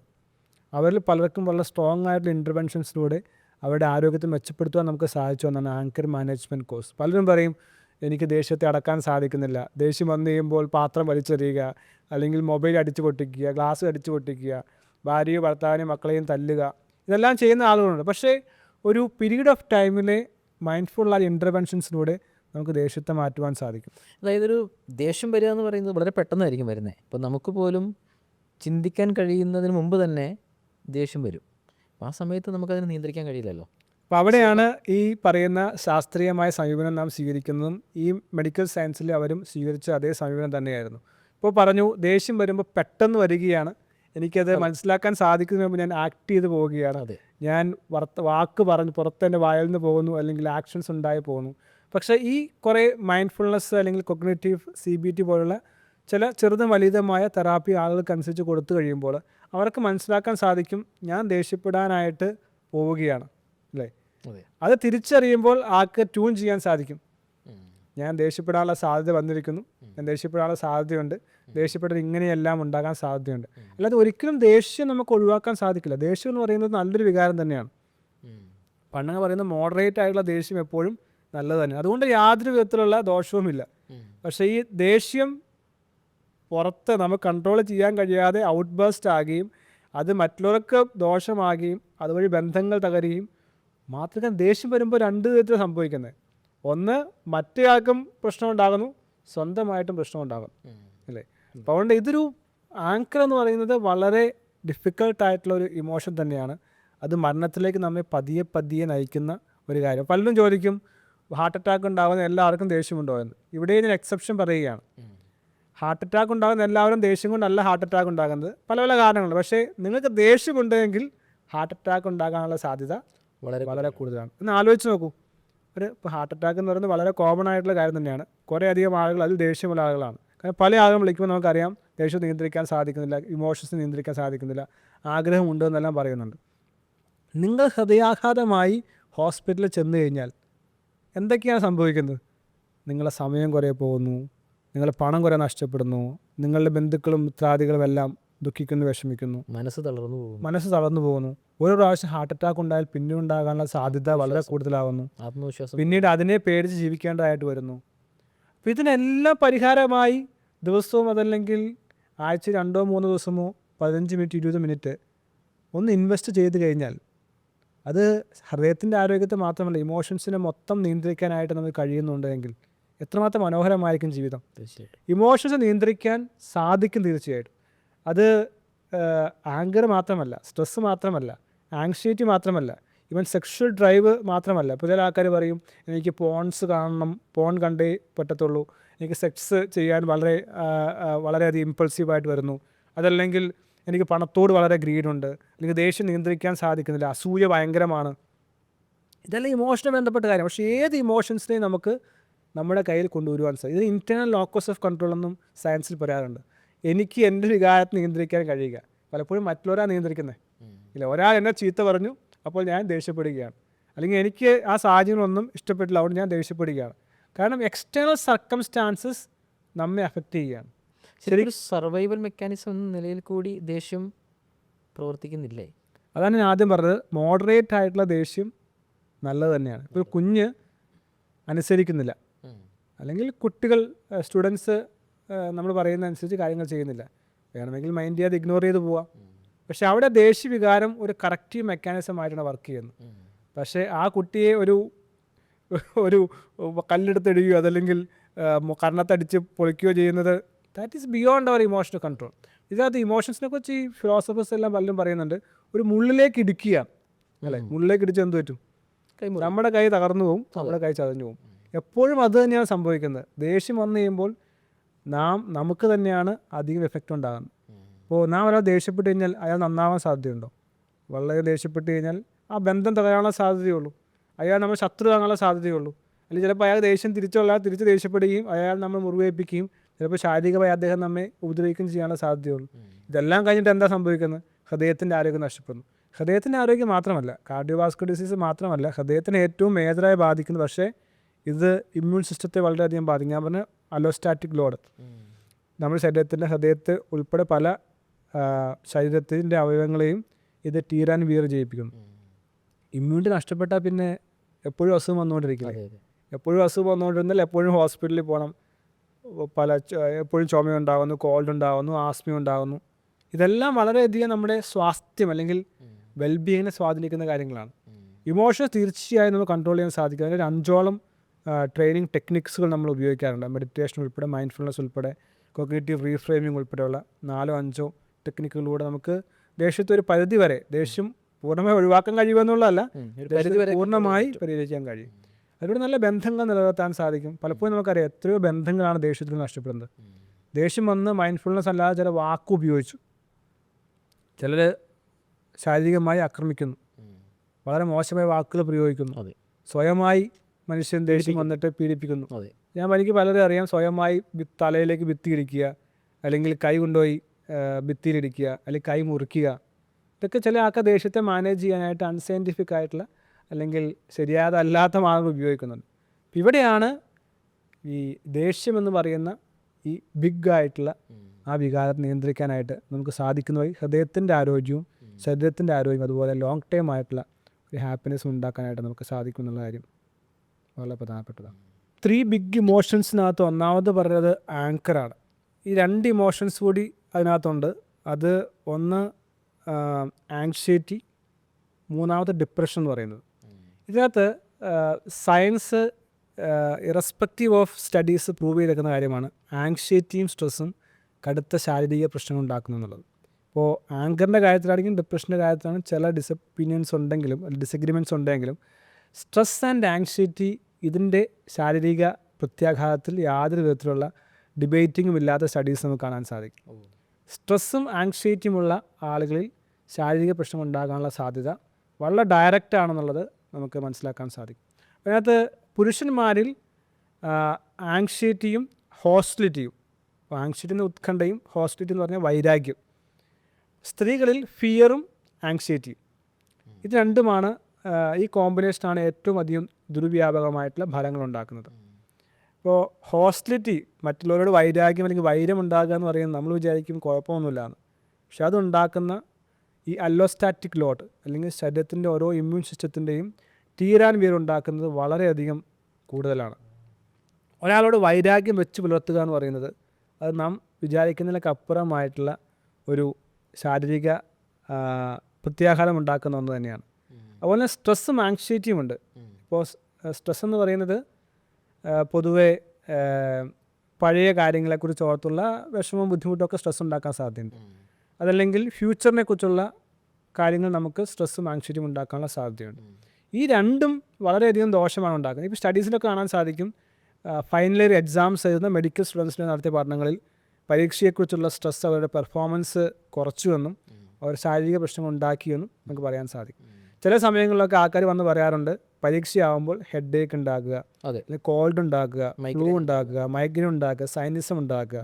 അപ്പോൾ നമ്മൾ സൈനിസത്തിന് മരുന്ന് അല്ലെങ്കിൽ ഹെഡ് ഏക്കിന് മരുന്ന് കൊടുക്കും, പക്ഷേ അതല്ല യഥാർത്ഥത്തിൽ പരീക്ഷയെക്കുറിച്ചുള്ള പേടിയാണ്. അപ്പോൾ ഇതാണ് ആദ്യം പറഞ്ഞത്, medical science without emotion intelligence അല്ലെങ്കിൽ എംപതി എന്ന് പറയും. ഈ എംപതി എന്ന് പറയുന്നത് ഈ ആൾ എന്താണ് അണ്ടർഗോ ചെയ്യുന്നതെന്ന് മനസ്സിലാക്കാനായിട്ട് സാധിക്കുന്ന അവസ്ഥയാണ്. അപ്പോൾ ഇയാൾ യഥാർത്ഥത്തിൽ ഈ അസുഖം വരാൻ അല്ലെങ്കിൽ ഈ സിംറ്റം ഉണ്ടാകാൻ കാരണം എന്ന് പറയുന്നത് ഈ പറയുന്ന മാനസിക അവസ്ഥയാണ്. Anxiety, stress, hostility, fear. ഇപ്പോൾ നമുക്കറിയാം ഈ കുറേ സ്റ്റഡീസ് കാണുന്നുണ്ട്. റീസെൻ്റ്ലി ഡിവോഴ്സ് ആയിട്ടുള്ള സ്ത്രീകൾക്ക് ഇടയിൽ ആങ്ഷൈറ്റി വളരെ കൂടുതലാണ്. അത് അവർക്ക് ധാരാളം പ്രശ്നങ്ങൾ ഉണ്ടാക്കുന്നുണ്ട്. മാത്രമല്ല സിംഗിൾ മദേഴ്സ്, അവർക്ക് വളരെയധികം കടുത്ത ഉത്കണ്ഠയും സ്ട്രെസ്സും ഉണ്ടാകുന്നതുകൊണ്ട് അവരിലും ധാരാളം അസുഖങ്ങൾ ഉണ്ടാകുന്നതായിട്ടുള്ള പഠനങ്ങൾ നമുക്ക് കാണാനായിട്ട് സാധിക്കും. മാത്രമല്ല പല കപ്പിൾസിലും അവർക്ക് ഒരേ സമയത്ത് കോൾഡ് വരുന്നു, ഫ്രീക്വൻ്റ് ആയിട്ട് കോൾഡ് വരുന്നു. അപ്പോൾ ഇതിൻ്റെ എല്ലാം ഒരു ഫണ്ടമെൻ്റൽ ആയിട്ടുള്ള സ്റ്റഡീസ് പറയുന്നത് ഈ ഫ്രീക്വൻ്റ് ആയിട്ട് ഒരേപോലെ വരുന്നതിൻ്റെ കാരണം അവരുടെ ദാമ്പത്യ ജീവിതത്തിൽ കടുത്തതായിട്ടുള്ള ഉത്കണ്ഠയോ ആശങ്കകളോ ഉണ്ട് എന്നുള്ളതാണ്. ഇപ്പോൾ ഈ സ്ട്രെസ്സും ആങ്ഷൈറ്റിയും കണക്ട് ചെയ്യുന്ന ധാരാളം അസുഖങ്ങൾ നമുക്ക് കാണാൻ സാധിക്കും. ഇപ്പോൾ ulcers, asthma, cardiovascular disease, arthritis, ബ്ലഡുമായി ബന്ധപ്പെട്ട പ്രശ്നങ്ങൾ, അതുപോലെ ശ്വാസവുമായി ബന്ധപ്പെട്ട അല്ലെങ്കിൽ ലങ്സുമായി ബന്ധപ്പെട്ട പ്രശ്നങ്ങൾ, ഇൻഫ്ലമേറ്ററി പ്രശ്നങ്ങൾ, ത്വക്കുമായി ബന്ധപ്പെട്ട പ്രശ്നങ്ങൾ, ഇങ്ങനെ ധാരാളം. അത് പലപ്പോഴും നമുക്ക് എന്താണെന്ന് കണ്ടുപിടിക്കാൻ സാധിക്കില്ല. പക്ഷേ ഇത് ചികിത്സയും ആവശ്യമാണ്. റൂട്ട് കോസ് ഇതാണെങ്കിൽ തന്നെയും ഇതിന് ചികിത്സയും വേണം. ഒപ്പം തന്നെ മെഡിസിൻ വിത്ത് അല്ലെങ്കിൽ medical science with emotion intelligence വളരെ ആവശ്യമാണ്. അപ്പോൾ ഇത് ഞാൻ പറഞ്ഞത് ഈ 3 ഇമോഷൻസിലും ഏറ്റവും അധികം ദുർവ്യാപകമായി ഫലമുണ്ടാക്കുന്ന ഒരു കാര്യമാണ് സ്ട്രെസ്, ആങ്ഷൈറ്റി, ഹോസ്റ്റിലിറ്റി, ഫിയർ. വെറുതെ ഭയക്കുക, എൻ്റെ ജോലി പോകുമോ എന്ന് ഭയക്കുക, അല്ലെങ്കിൽ സംശയിക്കുക, അല്ലെങ്കിൽ എന്നെ ആരെങ്കിലും ആക്രമിക്കുമോ എന്ന് ഭയക്കുക, അല്ലെങ്കിൽ എനിക്കധികം രോഗം വരുമോ എന്ന് ഭയക്കുക. അപ്പോൾ ഇതുമായി ബന്ധപ്പെട്ട് ധാരാളം പുസ്തകങ്ങളൊക്കെ കാണുവാൻ സാധിക്കും. ഇപ്പോൾ മനുഷ്യൻ്റെ മനഃശാസ്ത്രത്തെക്കുറിച്ച് ധാരാളം പുസ്തകം, പവർ ഓഫ് പോസിറ്റീവ് മൈൻഡ് അല്ലെങ്കിൽ ദ മൈൻഡ് സെറ്റ്, ധാരാളം പുസ്തകങ്ങളെല്ലാം പറയുന്നത്, അല്ലെങ്കിൽ ദ മാൻ ഹു തിങ്കത്ത്, ഇതെല്ലാം പറയുന്നത് മനസ്സുമായി ബന്ധപ്പെട്ട് കിടക്കുന്നതാണ് നമ്മുടെ ഫ്യൂച്ചറും നമ്മുടെ ആരോഗ്യ വ്യവസ്ഥയും നമ്മുടെ ശരീരവും എന്ന് പറയുന്നത്. അപ്പോൾ ഒന്ന് ആലോചിച്ച് നോക്കുക, ആങ്ഷൈറ്റി ഉള്ള ആളാണ് നിങ്ങൾ, എന്തിനെക്കുറിച്ചും വളരെ ഉത്കണ്ഠ ഉള്ളവരായിരിക്കുക. അല്ലെങ്കിൽ സ്ട്രെസ്സിന് 2 സ്ട്രെസ് ഉണ്ട്, യൂസ്ട്രെസ് ആൻഡ് ഡിസ്ട്രെസ് ഉണ്ട്. ഇപ്പോൾ പരീക്ഷ ആയതുകൊണ്ട് പഠിക്കാൻ തോന്നുക എന്ന് പറയുന്ന സ്ട്രെസ് നല്ല സ്ട്രെസ് തന്നെ. പക്ഷേ അതേക്കുറിച്ച് ഓർത്ത് വിഷമിച്ച് സ്ട്രെസ് വെച്ച് തലവേദനയും ഒപ്പം തന്നെ പേടിയും പരീക്ഷ എഴുതാൻ കഴിയാതെയും വരുന്ന ഡിസ്ട്രെസ് ആയിട്ടുള്ള അവസ്ഥയാണ്. അതുപോലെ തന്നെ ഹോസ്റ്റിലിറ്റി ഇല്ല, വൈരാഗ്യം മനസ്സിൽ വെച്ചുകൊണ്ട് മനുഷ്യർ എത്രയോ വർഷങ്ങൾ ജീവിക്കുന്ന ആളുകളുണ്ട്. വർഷങ്ങൾ കഴിഞ്ഞിട്ട് ആൾ മരിച്ച ശേഷവും ഇപ്പോഴും വൈരാഗ്യം വെച്ച് പുലർത്തുന്ന ആളുകളുണ്ട്. ഇത് പുരുഷന്മാരധികം ഈ ഹോസ്റ്റിലിറ്റി സ്റ്റഡീസിൽ കാണുന്നത് വൈര്യം മനസ്സിൽ വയ്ക്കുക, എവല്യൂഷണറി വന്നിരിക്കുന്ന ഒരു സ്വഭാവമായിരിക്കും. അതാണ് ഈ അഗ്രസീവ്നെസ് എന്നും പറയും. അഗ്രസീവ് ആകുക, ചില ഫിസിക്കലി അഗ്രസീവ് അല്ലെങ്കിൽ വാക്കുകൊണ്ട് അഗ്രസീവ് ആകുക. ഈ അഗ്രസീവ്നെസ്സും ഒപ്പം തന്നെ ഹോസ്റ്റിലിറ്റിയുമാണ് ആണിനെ സംബന്ധിച്ച് വളരെയധികം മെൻ്റലി സ്ട്രഗിൾ ചെയ്യിപ്പിക്കുകയും അത് രോഗമായി മാറുകയും ചെയ്യും. പെണ്ണിനെ സംബന്ധിച്ച് ആങ്ഷൈറ്റിയും സ്ട്രെസ്സും ഫിയറും, ഭയം, ഇപ്പോൾ തന്നെ ഇരിക്കാൻ ഭയം, അല്ലെങ്കിൽ രാത്രിയാകുമ്പോൾ ഭയം, തനിയെ നടക്കാനുള്ള ഭയം, അല്ലെങ്കിൽ അത് സംഭവിക്കുമോ എന്നുള്ള ഭയം, അല്ലെങ്കിൽ ആങ്ഷൈറ്റിയും സ്ട്രെസ്സും, ഇതെല്ലാം നമ്മൾ ഉദ്ദേശിക്കുന്നതിനേക്കാൾ അധികമായിട്ടുള്ള പ്രശ്നങ്ങൾ ഉണ്ടാക്കാറുണ്ട്. ഇപ്പോൾ ആർത്രൈറ്റിസ് സംബന്ധമായിട്ടുള്ള അസുഖങ്ങൾ വന്ന ചില ആളുകൾ നമ്മൾ സംസാരിക്കാറുണ്ട്, അല്ലെങ്കിൽ ബ്ലഡ് റിലേറ്റഡ് ആയിട്ടുള്ള പ്രശ്നങ്ങൾ വന്ന ആളുകൾ സംസാരിക്കാറുണ്ട്. ഈവൻ ഡയബറ്റിക്സ്, ഹാർട്ട് അറ്റാക്ക്, ഇവരൊക്കെ എല്ലാവരും വന്നില്ലെങ്കിലും ഒട്ടുമിക്ക ആളുകളും പറയാറുണ്ട്, എനിക്ക് സാറ് പറയുന്നത് കൃത്യമായി മനസ്സിലാക്കാൻ സാധിക്കുന്നുണ്ട്, എനിക്ക് റിലേറ്റ് ചെയ്യാൻ സാധിക്കുന്നുണ്ട്, കാരണം എനിക്ക് ഈ പ്രശ്നങ്ങളെല്ലാം ഉണ്ടായിരുന്നു. ഞാൻ കടുത്ത മാനസിക വിഷമം അനുഭവിച്ച ആളാണ്, ഞാൻ കടുത്ത ഭയം അനുഭവിച്ച ആളാണ്, ഞാൻ കടുത്ത ഉത്കണ്ഠ അനുഭവിച്ച ആളാണ്, ഞാൻ ഒരാൾ വ്യക്തിവൈരാഗ്യം വെച്ച് പുറത്ത് കുറേ നാൾ ജീവിച്ച ആളാണ്.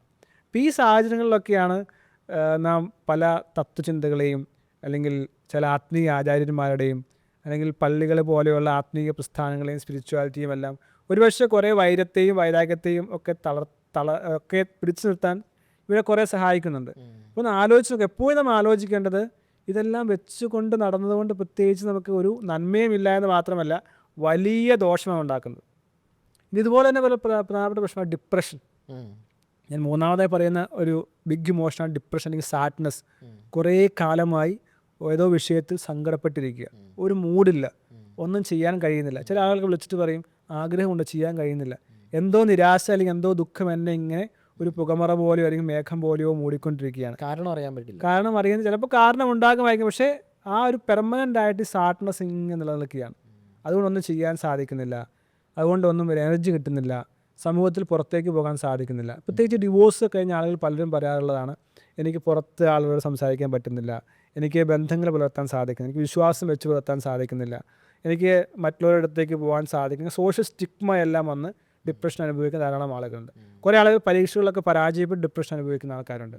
കുറേ ആളുകൾ ബിസിനസ്സിൽ പരാജയപ്പെട്ട് ഡിപ്രഷൻ അനുഭവിക്കുന്ന ആൾക്കാരുണ്ട്. ഇങ്ങനെ പല കോമൺ ആണ് പൊതുവെ ഡിവോഴ്സിന് ശേഷമുള്ള ആങ്സൈറ്റി പ്രോബ്ലം എന്ന് പറയുന്നത്. ഡിവോഴ്സിന് ശേഷം ഡിപ്രഷനിലേക്ക് പോവുക എന്ന് പറയുന്നത് മനുഷ്യൻ തൻ്റെ ജീവിതത്തിൽ എന്തെങ്കിലും ഡിപ്രഷൻ അനുഭവിക്കാത്ത ആളുകൾ വളരെ കുറവായിരിക്കും. പക്ഷേ എസ്പെഷ്യലി ഡിവോഴ്സിന് ശേഷം മനുഷ്യൻ അനുഭവിക്കുന്നത് വളരെ കോമൺ ആയിട്ടുള്ള ഡിപ്രഷനാണ്. ഈവൻ ഡിവോഴ്സ് മാത്രമല്ല, ഡിവോഴ്സ് ചെയ്യണമെന്നില്ല, ഒരു ബന്ധത്തിലിരിക്കുമ്പോൾ ആ ബന്ധം ബ്രേക്കപ്പ് ആകുക അല്ലെങ്കിൽ ബന്ധം ഉദ്ദേശിക്കുന്നതിൽ വർക്ക് ചെയ്യാതെയോ ഇരിക്കുന്ന സാഹചര്യങ്ങളിൽ ഒരു ഭാര്യയും ഭർത്താവും ഒരുമിച്ച് ജീവിക്കാൻ തീരുമാനിച്ച് ജീവിച്ചു കഴിയുമ്പോൾ താൻ ഉദ്ദേശിച്ച ജീവിതമല്ല എന്ന് തോന്നുമ്പോൾ ആ ഒരു ഡിസാറ്റിസ്ഫാക്ഷൻ കുറേ നാൾ ജീവിച്ചു കഴിയുമ്പോൾ എൻ്റെ ജീവിതം ഇങ്ങനെയായല്ലോ, ഞാൻ സ്വപ്നം കണ്ട ജീവിതം ഇങ്ങനെയായല്ലോ, പക്ഷെ എനിക്ക് എൻ്റെ ജീവിതം ഇങ്ങനെയായല്ലോ, ഇനി നന്നാകാനുള്ള സാധ്യത ഇല്ലല്ലോ, ഒരു ഹോപ്പ് നഷ്ടപ്പെട്ട് നടുകപ്പെടുകയും ഇനി മുന്നോട്ടുള്ള വഴി അടയുകയും ചെയ്യുന്ന സാഹചര്യങ്ങളിൽ എല്ലാം തീർന്ന ചിന്തയോടുകൂടി മനുഷ്യൻ ഒരു പെർമനൻ്റായ സാഡ്നെസ്സിലേക്ക് കടന്നു പോകുകയാണ്. പൊതുവെ സാധാരണയായിട്ട് ഡിവോഴ്സിലേക്ക് കടന്നു കഴിഞ്ഞാൽ, ഡിവോഴ്സ് സംഭവിച്ചു കഴിഞ്ഞാൽ പിന്നെ ഏറ്റവും കൂടുതൽ ഇതിന് ആ ഒരു സാഹചര്യത്തെ കൈകാര്യം ചെയ്യാൻ അല്ലെങ്കിൽ ഒരു ആങ്സൈറ്റിയിലേക്കൊക്കെ കടന്നു കൂടുന്ന സ്ത്രീകളായിരിക്കുമോ പുരുഷന്മാരായിരിക്കും? പഠനങ്ങൾ എടുത്തു നോക്കിയാലും എക്സ്പീരിയൻസ് എടുത്തു നോക്കിയാലും അധികം ഡിപ്രഷനിൽ കടന്നു പോകുന്നത് സ്ത്രീകളാണ്. പക്ഷേ അതിൻ്റെ ഒരു വിരോധാഭാസം എന്ന് പറയുന്നത് സ്ത്രീകൾ ഈ ഡിപ്രഷനെ മറികടക്കാനായി പല പ്രവർത്തനങ്ങൾ കാഴ്ചവെക്കും. അല്ലെങ്കിൽ എനിക്ക് സങ്കടമില്ല, ഞാനിത് അതിജീവിച്ചു എന്ന് പ്രകടിപ്പിക്കാനായിട്ടുള്ള പല മെത്തേഡുകളും, ഇപ്പോൾ യാത്ര ചെയ്യുന്നതായിട്ടും സോഷ്യൽ മീഡിയ പോസ്റ്റ് ചെയ്യുന്നതായിട്ടും ഞാൻ ഹാപ്പിയാണ്, ഇപ്പോഴാണ് ജീവിതം യഥാർത്ഥത്തിൽ ഞാൻ അനുഭവിച്ച് തുടങ്ങിയത്, ഇപ്പം എനിക്ക് സമാധാനമുണ്ട് എന്നെല്ലാം എക്സ്പ്രസ് ചെയ്യുന്നത് സ്ത്രീകളാണ്. പക്ഷേ സിംഗിൾ മദേഴ്സ് ആയിട്ടുള്ളവർ അല്ലെങ്കിൽ ഡിവോഴ്സിലായിട്ടുള്ള സ്ത്രീകൾ അവർ ലോങ് ടേം ആയിട്ടുള്ള ഡിപ്രഷനിലൂടെ കടന്നു പോകുന്നുണ്ടെന്നാണ് പഠനങ്ങൾ മനസ്സിലാക്കാൻ സാധിക്കുന്നത്. പക്ഷേ ഓവർ എ പീരീഡ് ഓഫ് ടൈമിൽ എല്ലാവരും ഇതിനെ മറികടക്കും. പക്ഷേ സ്ത്രീകളാണ് കൂടുതൽ ഇൻറ്റൻസായി ഈ ഡിപ്രഷൻ അനുഭവിക്കുകയും പ്രത്യേകിച്ച് സ്ത്രീകൾക്ക് പൊതുവേ സമൂഹത്തിൽ സോഷ്യൽ സ്റ്റിഗ്മയിലൂടെ കടന്നു പോകേണ്ടവരായതുകൊണ്ട് തന്നെ അവർക്ക് സ്വാഭാവികമായിട്ടും സമൂഹം തന്നെ സ്ത്രീകളെ അധികം കുറ്റപ്പെടുത്തുന്ന ഒരു മനോഭാവമുണ്ട്. ഡിവോഴ്സ് ചെയ്യുന്ന സ്ത്രീകളെയാണ് അധികം ആളുകൾ കുറ്റപ്പെടുത്തുന്നത്. ശരിയോ തെറ്റോ എന്നുള്ളത് രണ്ടാമത്തെ ചോദ്യമാണെങ്കിൽ അതുകൊണ്ട് തന്നെ അവർക്ക് ധാരാളം ഡിപ്രഷൻസ് ഉണ്ടാകാൻ സാധ്യത. പിന്നെ പൊതുവേ സ്ത്രീകളെന്ന് പറയുന്നത് ഇമോഷണൽ ബീയിങ് ആയിട്ട് കാണപ്പെടുന്നവരും അങ്ങനെയാണ് താനും. അപ്പോൾ അതുകൊണ്ട് തന്നെ അവർക്ക് ഇമോഷൻസിനെ നിയന്ത്രിക്കാൻ കഴിയാതെ പെർമനൻ്റായ സാഡ്നെസ്സിലേക്ക് പോവുകയും അധികവും നമുക്ക് കാണാൻ വരുന്ന സംസാരിക്കുന്ന ആളുകളിൽ അധികം ഡിപ്രഷനെ ഫേസ് ചെയ്യുന്നവർ സ്ത്രീകൾ തന്നെയാണ്. അതിൽ പ്രധാനപ്പെട്ട ഒരു കാര്യമാണ് ബ്രേക്കപ്സ്, റിലേഷൻഷിപ്സ് ബ്രേക്കുക എന്നുള്ളത്. അപ്പോൾ ഈ ഡിപ്രഷനും ഒപ്പം തന്നെ ആങ്സൈറ്റി, സ്ട്രെസ്, ഹോസ്റ്റിലിറ്റി, ഈ ആങ്കറി 3 ഇമോഷൻസും ബിഗ് ഇമോഷൻസ് ആണെന്നും അത് നമുക്ക് ഗുരുതരമായ ശാരീരിക പ്രതിസന്ധി ഉണ്ടാക്കുകയും ചെയ്യുന്നു.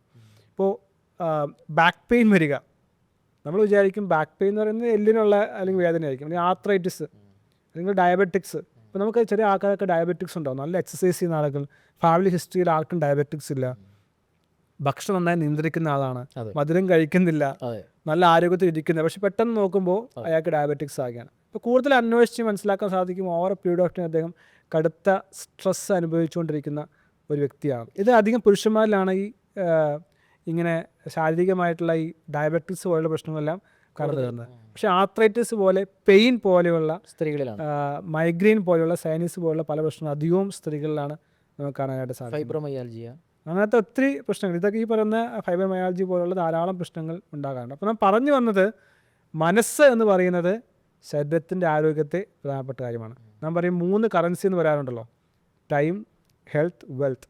എത്ര പണമുണ്ടായിട്ടും ആരോഗ്യമില്ല എങ്കിൽ കാര്യമില്ല.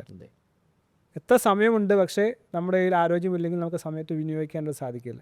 അപ്പോൾ എപ്പോഴും ആരോഗ്യം എന്ന് പറയുമ്പോൾ ചിന്തിക്കേണ്ടത് ശാരീരിക ആരോഗ്യം മാത്രമല്ല, മാനസിക ആരോഗ്യം കൂടിയാണ്. മാനസിക ആരോഗ്യമുണ്ടെങ്കിൽ നമുക്ക് ശരീരത്തിൻ്റെ ആരോഗ്യത്തെ നമുക്ക് നന്നായിട്ട് കൊണ്ടുവരുവാൻ സാധിക്കും. അപ്പോൾ അതിന് ഏറ്റവും ആദ്യം ഫണ്ടമെൻ്റൽ ചെയ്യേണ്ട, അൺഫോർച്ചുനേറ്റ് നമ്മുടെ സ്കൂളുകളിലോ അതല്ലെങ്കിൽ കലാലയങ്ങളിലോ ഈവൻ പള്ളികളിലോ പോലും എങ്ങനെ ഇമോഷണലി ഒരു വ്യക്തിക്ക് ശക്തിയായി മാറാൻ സാധിക്കും, എങ്ങനെ പ്രശ്നങ്ങളെ മറികടക്കുവാൻ സാധിക്കും, എങ്ങനെ ഇമോഷൻസിനെ കൺട്രോൾ ചെയ്യാം അല്ലെങ്കിൽ മൈൻഡിനെ സ്ട്രെങ്ത് ആക്കാമെന്നുള്ള പഠനങ്ങളോ രീതികളോ പ്രാക്ടീസ് ചെയ്യുന്നില്ല. എങ്ങനെ മാർക്ക് വാങ്ങാം, എങ്ങനെ ജോലി വാങ്ങാം, ഇതല്ലാതെ എങ്ങനെ നമ്മുടെ വികാരങ്ങളെ നിയന്ത്രിക്കാൻ സാധിക്കുക. പല ആൾക്കാരും ആത്മഹത്യ ചെയ്യുകയും നിരാശയിലേക്ക് പോവുകയും ഡിപ്രഷൻ ഉണ്ടാകുകയും എല്ലാം ചെയ്യുന്നതിൻ്റെ കാരണം ഇത് തന്നെയാണ്. അപ്പോൾ സമൂഹത്തിന് ചെയ്യാൻ കഴിയുന്ന ഏറ്റവും വലിയ സേവനം ഒരുപക്ഷെ നാം ചെയ്യുന്നത് ഒരു മനുഷ്യൻ്റെ വികാരത്തെ നിയന്ത്രിക്കാനായിട്ട് നാം സഹായിക്കുന്നു. അതല്ലെങ്കിൽ ഒരു വ്യക്തിയുടെ വികാരങ്ങളെ നിയന്ത്രിക്കുന്നത് വഴി അല്ലെങ്കിൽ മനസ്സിന് ശക്തി കൊടുക്കുന്ന വഴി അവൻ്റെ ജീവിതത്തിൻ്റെ തുടർന്നുള്ള ഭാവിയെ തന്നെ മാറ്റുവാൻ നമുക്ക് സാധിക്കും. ഞാൻ 100% ഉറപ്പ് പറയുന്നു, ഒരു മനുഷ്യൻ തൻ്റെ ജീവിതത്തിൽ ആർജിക്കേണ്ട ഏറ്റവും വലിയ കഴിവെന്ന് പറയുന്നത് മനസ്സിന് ശക്തി ഉണ്ടാകുക എന്നുള്ളതാണ്. മനഃശക്തി ഉണ്ടാകുന്ന വഴി വികാരങ്ങൾ നിയന്ത്രിക്കാനായിട്ട് സാധിക്കും. അപ്പോൾ emotion intelligence and mental strength, these are the 2 very important and significant skills every one should acquire in A point of time. അതുണ്ട്, അതെന്നാണ് നേടുന്നത് അന്ന് മുതൽ അവൻ്റെ ജീവിതം വേറെ നിരയിലേക്ക് എത്തുവാനായിട്ട് സാധിക്കും. അപ്പോൾ ഈ 3 വികാരങ്ങളാണ് ഏറ്റവും ഫണ്ടമെൻ്റൽ ശ്രദ്ധിക്കേണ്ടത്. 1 ആങ്കർ, 2 ആങ്ഷൈറ്റി, 3 സാഡ്നസ് അല്ലെങ്കിൽ ഡിപ്രഷൻ. ഇപ്പോൾ നാം പറയുന്ന നെഗറ്റീവായിട്ടുള്ള ബിഗ് ഇമോഷൻസ് നമ്മുടെ ശരീരത്തിൽ വലിയ പ്രത്യാഘാതം ഉണ്ടാക്കാതിരിക്കാനായിട്ട് മനസ്സ് ശക്തി കൊടുക്കുന്ന പരിശീലന പരിപാടികൾ അല്ലെങ്കിൽ ഇത്തരം കോഴ്സുകളിലൂടെ പതിയെ മനസ്സ് ശക്തി കൊണ്ടുവരികയും വികാരങ്ങൾ നിയന്ത്രിക്കുക, അതുവഴി കുടുംബജീവിതം സന്തോഷകരമാക്കുവാനും സമൂഹം സുന്ദരമാക്കുവാനും കലാലയങ്ങളും സ്കൂളുകളും എല്ലാം നല്ല ഇതാക്കുവാനും ഒപ്പം ഓഫീസുകളും സുന്ദരമാക്കുവാനും എല്ലാം സാധിക്കുന്ന വഴി മനുഷ്യ ജീവിതത്തിൽ വലിയൊരു റെവല്യൂഷൻ, ടോട്ടൽ ട്രാൻസ്ഫോർമേഷൻ, ഞാൻ പൊതുവെ പറയാറുണ്ട് ടോട്ടൽ ട്രാൻസ്ഫോർമേഷൻ, 360 ചേഞ്ച് വ്യക്തി കൊണ്ടുവരാൻ സാധിക്കുന്നതാണ് ഈ പറയുന്ന 360 അപ്രോച്ചിലൂടെ നമുക്ക് മനസ്സിനെയും വികാരം നിയന്ത്രിക്കുന്ന വഴി വലിയ മാറ്റം ജീവിതത്തിൽ ഉണ്ടാക്കാൻ സാധിക്കും. ജീവിതത്തിൽ ഏത് മേഖലയിലാണെങ്കിലും ഏത് പ്രതിസന്ധി ഘട്ടത്തിലാണെങ്കിലും ഒരു ഹൈ പെർഫോമൻസിലേക്ക് ഒരാൾക്ക് എത്തിച്ചേരാനുള്ള സാധ്യത അല്ലെങ്കിൽ അയാളെ അതിലേക്ക് എത്തിക്കാനുള്ള സാധ്യത നമുക്ക് എത്രമാത്രം വർദ്ധിപ്പിക്കാൻ പറ്റും എന്ന് പറയാൻ പറ്റും? ഹൈ പെർഫോമൻസ് എന്ന് പറയുന്ന വിഷയം നമ്മൾ നന്നായി ചർച്ച ചെയ്യേണ്ട ഒരു വിഷയമാണ്. കാരണം ഓരോ മനുഷ്യനും യുണീക്കായിട്ടുള്ള സൃഷ്ടിയാണെന്നുള്ളത് മനസ്സിലാക്കണം നമ്മൾ ആദ്യം. അവന് പെർഫോം ചെയ്യാൻ അല്ലെങ്കിൽ അവർക്ക് പെർഫോം ചെയ്യാൻ കഴിയുന്ന ഒരു മേഖല അല്ലെങ്കിൽ ഒരു സ്ഥലം ഉണ്ട് എന്നുള്ളതും വളരെ കൃത്യമാണ്. അത് കണ്ടെത്തി ആ മേഖലയിൽ ഏറ്റവും ബെസ്റ്റായിട്ടുള്ളൊരു പെർഫോമർ ആകുക എന്നുള്ളതാണ് ഒരു മനുഷ്യൻ്റെ ജീവിതത്തിൻ്റെ ആത്യന്തികമായ ലക്ഷ്യം എന്ന് പറയുന്നത്. ഇപ്പോൾ നാം നേരത്തെ പറഞ്ഞില്ല, ആൻഡ്രൂ കാർണിഗി അല്ലെങ്കിൽ ഇവരൊക്കെ പറഞ്ഞ കാര്യത്തെക്കുറിച്ച് നേരത്തെയും പറഞ്ഞിട്ടുള്ളതാണ്. there are 2 days which are important in our life. One, the day we born. Second, the day we realize that why we are born in this world. അപ്പോൾ ഈ എന്തിനാണ് ജനിച്ചതെന്നുള്ള ആ ഒരു ദിവസം മനസ്സിലാക്കുകയും ആ മേഖലയെ കണ്ടെത്തുകയും ആ മേഖലയിൽ ഏറ്റവും ബെസ്റ്റായി മാറുകയും ചെയ്യുക എന്നുള്ളതാണ് ഒരു യഥാർത്ഥ പ്രൊഫഷണൽ. എന്തിനാണ് ഞാൻ ഈ ഭൂമിയിലേക്ക് വന്നത് അല്ലേ? ആ തിരിച്ചറിവിൽ നിന്ന് ആ മേഖലയെ കണ്ടെത്തുകയും ആ മേഖലയിൽ എക്സൽ ചെയ്തുകൊണ്ട് സെൽഫ് ആക്ച്വലൈസ് ചെയ്തുകൊണ്ട് ഏറ്റവും ബെസ്റ്റ് ആകുകയും ചെയ്യുക എന്നുള്ളതാണ്. എല്ലാ ആളുകൾക്കും ഹൈ പെർഫോമർ ആകാൻ സാധിക്കും. ആരും വിചാരിക്കരുത് എനിക്ക് പറ്റിയ മേഖലയല്ല അല്ലെങ്കിൽ എനിക്ക് ചെയ്യാൻ സാധിക്കുകയില്ല, ഞാൻ ഒന്നിനും കൊള്ളാത്തവനാണ് അല്ലെങ്കിൽ എനിക്ക് ഇവരെ പോലെ ആകാൻ സാധിക്കുകയില്ല എന്ന് ഒരാളും ചിന്തിക്കാൻ പാടില്ല. എല്ലാവർക്കും പെർഫോം ചെയ്യാൻ കഴിയുന്ന യുണീക്കായിട്ടുള്ള ഏതോ മേഖലയുണ്ട് എന്നുള്ളത് വളരെ സത്യമായിട്ടുള്ള കാര്യമാണ്. പിന്നെ അത് ലോകത്തെ മാറ്റിമറിച്ച ഒരു ടോക്കുണ്ട്. അത് ഏൾ നൈറ്റിംഗൽ എന്ന് പറയുന്ന ഒരാൾ, അത് ഫാദർ ഓഫ് സെൽഫ് ഡെവലപ്മെൻറ്റ്. അദ്ദേഹം ഇതിനെക്കുറിച്ച് വളരെ ആധികാരികമായി ഒപ്പം തന്നെ ഒരു പോഡ്കാസ്റ്റ് എല്ലാം ഉണ്ട്. പോഡ്കാസ്റ്റിൽ ഒരു ഓഡിയോ ഉണ്ട്. ആ ഓഡിയോ 24 ദിവസമൊക്കെ തുടർച്ചയായി കേട്ട് കഴിഞ്ഞാൽ ജീവിതത്തിൽ വലിയ ട്രാൻസ്ഫോർമേഷൻ ഉണ്ടാകുമെന്നുള്ളത് പലരും പറഞ്ഞു ഒപ്പം അനുഭവിച്ചിട്ടുള്ള കാര്യമാണ്. അപ്പോൾ ഇതിനകത്ത് ഒന്നാമതായി ഇദ്ദേഹം പറയുന്നൊരു കാര്യമുണ്ട്. ഈ ഹൈപ്പർഫോമർ ആകുക എന്ന് പറയുന്നത് ഒന്ന് നാം ആദ്യം മനസ്സിലാക്കണം. ഇത് ഏൾ നൈറ്റിംഗിൽ മാത്രമല്ല, ഹൈ പെർഫോമൻസിനെ കുറിച്ച് നിർവചിച്ചിട്ട് പല ആളുകളുമുണ്ട്. ഹൈ പെർഫോമൻസിൻ്റെ പലരും വിചാരിക്കും ഏറ്റവും നന്നായി ജോലി ചെയ്യുക, ഏറ്റവും നല്ല സ്കില്ലുണ്ടാക്കുക, അല്ലെങ്കിൽ കുറേ പണം സമ്പാദിക്കുക. പിന്നെ കുറിച്ച് റിച്ചാർഡ് അതിൻ്റെ ഒരു പുസ്തകമുണ്ട്, ബ്ലച്ചാറിൻ്റെ പുസ്തകമുണ്ട്, high performance habits, high performer ആകാനുള്ള ഹാബിറ്റ് എന്താണെന്നുള്ളത്. അപ്പോൾ അതിനകത്ത് ഹൈ പെർഫോമർ നിർവചിച്ചിട്ടുണ്ട്. ഹൈ പെർഫോമൻസ് എന്ന് വെച്ച് കഴിഞ്ഞാൽ പണം ഉണ്ടാക്കുക എന്ന് മാത്രമല്ല, അതല്ലെങ്കിൽ ഫേമസ് ആകുക എന്നുള്ളതല്ല, അതല്ലെങ്കിൽ ഒരു മേഖലയിൽ ശക്തനാകുക എന്നുള്ളതല്ല. ഇതിനകത്ത് ഇദ്ദേഹം പറയുന്നത് ഹൈ പെർഫോമൻസ് എന്ന് വെച്ച് കഴിഞ്ഞാൽ ഒന്ന് ഹാപ്പിനെസ്. ഞാൻ ചെയ്യുന്ന മേഖല എനിക്ക് സന്തോഷത്തോടെ ചെയ്യാൻ സാധിക്കുന്നുണ്ടോ, ഞാൻ ചെയ്യുന്ന ജോലിയോ ഞാൻ ചെയ്യുന്ന മേഖലയോ ഞാൻ ചെയ്യുന്ന പ്രവർത്തനങ്ങളിലോ എനിക്ക് ഏറ്റവും സന്തോഷിക്കാൻ സാധിക്കുന്നുണ്ടോ. 2, സെൻസ് ഓഫ് പർപ്പസ്, ഇത് ചെയ്യുന്നതോടെ എനിക്കൊരു മീനിങ് ഉണ്ടാക്കാൻ സാധിക്കുന്നുണ്ടോ.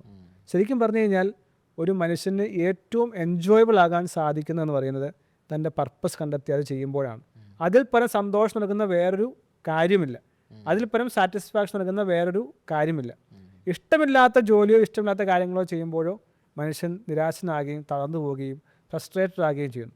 പക്ഷേ ഇഷ്ടമുള്ളൊരു കാര്യം ചെയ്യുകയാണെങ്കിൽ അതാണ് ഒരു മനുഷ്യൻ്റെ ജീവിതത്തിൽ ഏറ്റവും ഫോർച്ചുനേറ്റ് ആയിട്ടുള്ള ഭാഗ്യകരമായിട്ടുള്ള കാര്യം എന്ന് പറയുന്നത്. അതാണ് സെൻസ് ഓഫ് പർപ്പസ് എന്ന് പറയുന്നത്. മൂന്നാമത്തെ കാര്യം എന്ന് പറയുന്നത് വെൽത്ത് തന്നെയാണ്, പണം ഉണ്ടാക്കുക. നാലാമത്തെ കാര്യം എന്ന് പറയുന്നത് ഹെൽത്താണ്.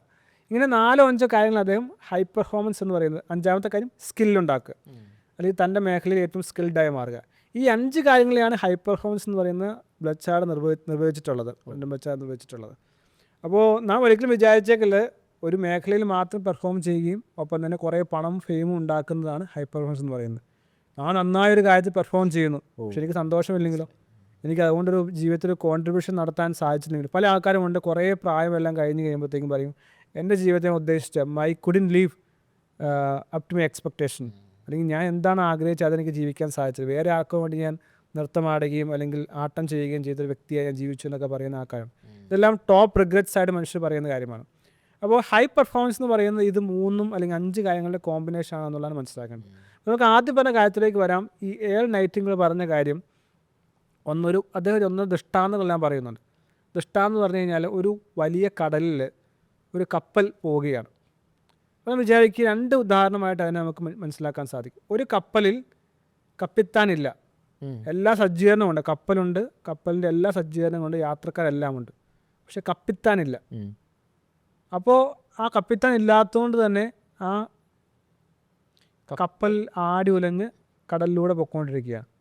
യഥാർത്ഥത്തിൽ ആ കപ്പലിന് എങ്ങോട്ടേക്കാണ് പോകേണ്ടതെന്നുള്ള ലക്ഷ്യം തന്നെ ഇല്ല, ലക്ഷ്യവുമില്ല, ക്യാപ്റ്റനുമില്ല. അപ്പോൾ എന്ത് സംഭവിക്കും? സ്വാഭാവികമായിട്ടും ആ കപ്പൽ ആ തിരമാലയിൽ ആടി ഉലഞ്ഞ് അങ്ങോട്ട് പോയി ഇങ്ങോട്ട് പോയി അവസാനം ഏതെങ്കിലും പാറക്കെട്ടിൽ ഇടിച്ചോ അതല്ലെങ്കിൽ വെള്ളത്തിൽ മുങ്ങിയോ ആ കപ്പൽ തീരും. അതെ.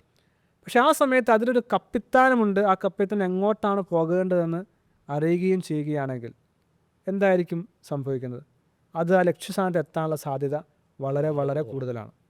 വേറെ ഉദാഹരണം അദ്ദേഹം പറയുന്നുണ്ട്. ഒരു വലിയ ഹ്യൂജ് ആയിട്ടുള്ള വാഹനം കണ്ടാൽ പേടി തോന്നുന്നു, വളരെ നീളത്തിലും വലിയ ഉയരത്തിലുമുള്ള ഒരു വാഹനം ഓടിച്ചുകൊണ്ട് ഒരാൾ പോവുകയാണ്. ആ വാഹനം വളരെ ഹ്യൂജ് ആയിട്ടുള്ള വാഹനമാണ്. ആ വാഹനത്തിൻ്റെ ഒരു ചെറിയ പിറ്റിലിരുന്നുകൊണ്ടാണ് ഇദ്ദേഹം വണ്ടി ഓടിക്കുന്നത്. അത്രയും വലിയ വാഹനത്തെ ഓടിക്കാൻ ഈ ചെറിയ മനുഷ്യന് സാധിക്കുന്നു. അപ്പം ഇവിടെ മനസ്സിലാക്കേണ്ട കാര്യം, ഞാൻ എങ്ങോട്ടേക്കാണ് പോകുന്നതെന്ന് നമുക്ക് എപ്പോഴെങ്കിലും ചിന്തിക്കാറുണ്ട്. ഇവിടെയാണ് ഹൈ പെർഫോമൻസ് ആരംഭിക്കുന്നതെന്ന് പറയുന്നത്. ഞാൻ എങ്ങോട്ടാണ് പോകേണ്ടത്, ഏത് മേഖലയാണ് ഹൈ പെർഫോമർ ആകാൻ ഇടയാക്കാറുള്ളത്. അപ്പോൾ ഞാൻ ഏറ്റവും അധികം എനിക്ക് ക്ലയൻസ് ഉള്ളതും കൺസൾട്ടേഷൻ ചെയ്യുന്ന മേഖലയാണ് എങ്ങനെ എനിക്ക് ഹൈ പെർഫോമർ ആകാൻ സാധിക്കും. അപ്പോൾ ഞാൻ പലരോടും ചോദിക്കുകയാണ്, നിങ്ങൾ എങ്ങനെയാണ് ഹൈ പെർഫോമർ ആകാൻ പോകുന്നത്? നിങ്ങൾക്ക് എന്തെങ്കിലും മനസ്സിലൊരു ചിന്തയുണ്ടോ? 10 വർഷം കഴിഞ്ഞ് കഴിയുമ്പോഴത്തേക്കും ഞാൻ എന്തായിരിക്കും, ഞാൻ ചെയ്യുന്ന തൊഴിൽ മേഖല ഏതായിരിക്കും, എൻ്റെ ഹെൽത്ത് പരമായിട്ടുള്ള ഗോൾ എന്തായിരിക്കും, എൻ്റെ പേഴ്സണലായിട്ടുള്ള ഗോൾ എന്തായിരിക്കും, എൻ്റെ റിലേഷൻഷിപ്പ് ബന്ധപ്പെട്ട ഗോൾ എന്തായിരിക്കും, ഇതെന്തെങ്കിലും നിങ്ങൾക്ക് ധാരണയുണ്ടോ? അപ്പോൾ അവർക്ക് അതിനെക്കുറിച്ചൊന്നും പ്രത്യേകിച്ച് ചിന്തിക്കാൻ പോലും തയ്യാറായിട്ടില്ല. എനിക്ക് നന്നാവുന്നൊക്കെ ആഗ്രഹമുണ്ട്. അപ്പോൾ നമ്മൾ 10x ഗ്രോത്ത് എന്ന് പറയുന്ന അല്ലെങ്കിൽ പവർ ഓഫ് കോമ്പൗണ്ടിങ് എന്ന് പറയുന്ന ട്രെയിനിങ്ങെല്ലാം ചെയ്യാറുണ്ട്. അപ്പോൾ ന്യൂട്ടനൊക്കെ 8th wonder in the world എന്നാണ് പറഞ്ഞേക്കുന്നത്. അപ്പോൾ അതിൻ്റെ ബേസിലാണ് നമ്മൾ ഈ ട്രെയിനിങ് ചെയ്യുന്നത്. അപ്പോൾ അതിനകത്ത് ഈ ചോദിക്കുന്ന ആളുകളിൽ ഒരു 99.9% ആളുകൾക്കും അറിയില്ല. പലരും പറയും ആ ജീവിതം മന്ന വഴിക്ക് പോട്ടെ, നമ്മൾ എന്ത് തീരുമാനിച്ചാലും നമുക്ക് നടക്കണമെന്നൊന്നുമില്ല, മാൻ പ്രപ്പോസസ് ഗോഡ് ഡിസ്പോസസ് എന്നൊക്കെ പറയും. പക്ഷെ അങ്ങനെയൊന്നും അല്ല സത്യത്തിൽ. ശരിക്കും നാം ഹൈ പെർഫോമർ ആകാൻ ആഗ്രഹിക്കുന്നുണ്ടോ? ഇല്ലാത്തവരോട് പറയുന്നിട്ട് കാര്യമില്ല. ഹൈ പെർഫോമർ ആഗ്രഹിക്കുന്നുണ്ടെങ്കിൽ തീർച്ചയായും ഞാൻ ഏത് മേഖലയിലാണ് ഹൈ പെർഫോമർ ആകേണ്ടത്, എത്രമാത്രം ഹൈ പെർഫോമർ ആകണമെന്നുള്ളത് നാം ആദ്യം ചിന്തിക്കേണ്ടത് വളരെ ആവശ്യമാണ്. High performance start with setting A real goal. Concrete ആയിട്ടുള്ള, അത് സ്പെസിഫിക് ആയിരിക്കണം, മെഷർ ചെയ്യാൻ പറ്റണം, അത് ടാർഗറ്റ് ടൈം ബൗണ്ട് ആയിരിക്കണം. എന്ന് വെച്ചാൽ പൊതുവെ സ്മാർട്ട് ഗോൾ എന്ന് പറയുന്നത് അത്രയും പോകുന്നുണ്ടെങ്കിലും വളരെ സ്പെസിഫിക് ആയിട്ട്, ഇപ്പോൾ ഞാൻ ഇന്ന പരീക്ഷയ്ക്ക് പാസ്സായി ഇന്ന ജോലിയിൽ എത്തുന്നു, അല്ലെങ്കിൽ ബിസിനസ് ആണെങ്കിൽ ഇത്ര റവന്യൂ ഞാൻ ഇന്ന മേഖല ഉണ്ടാക്കുന്നു.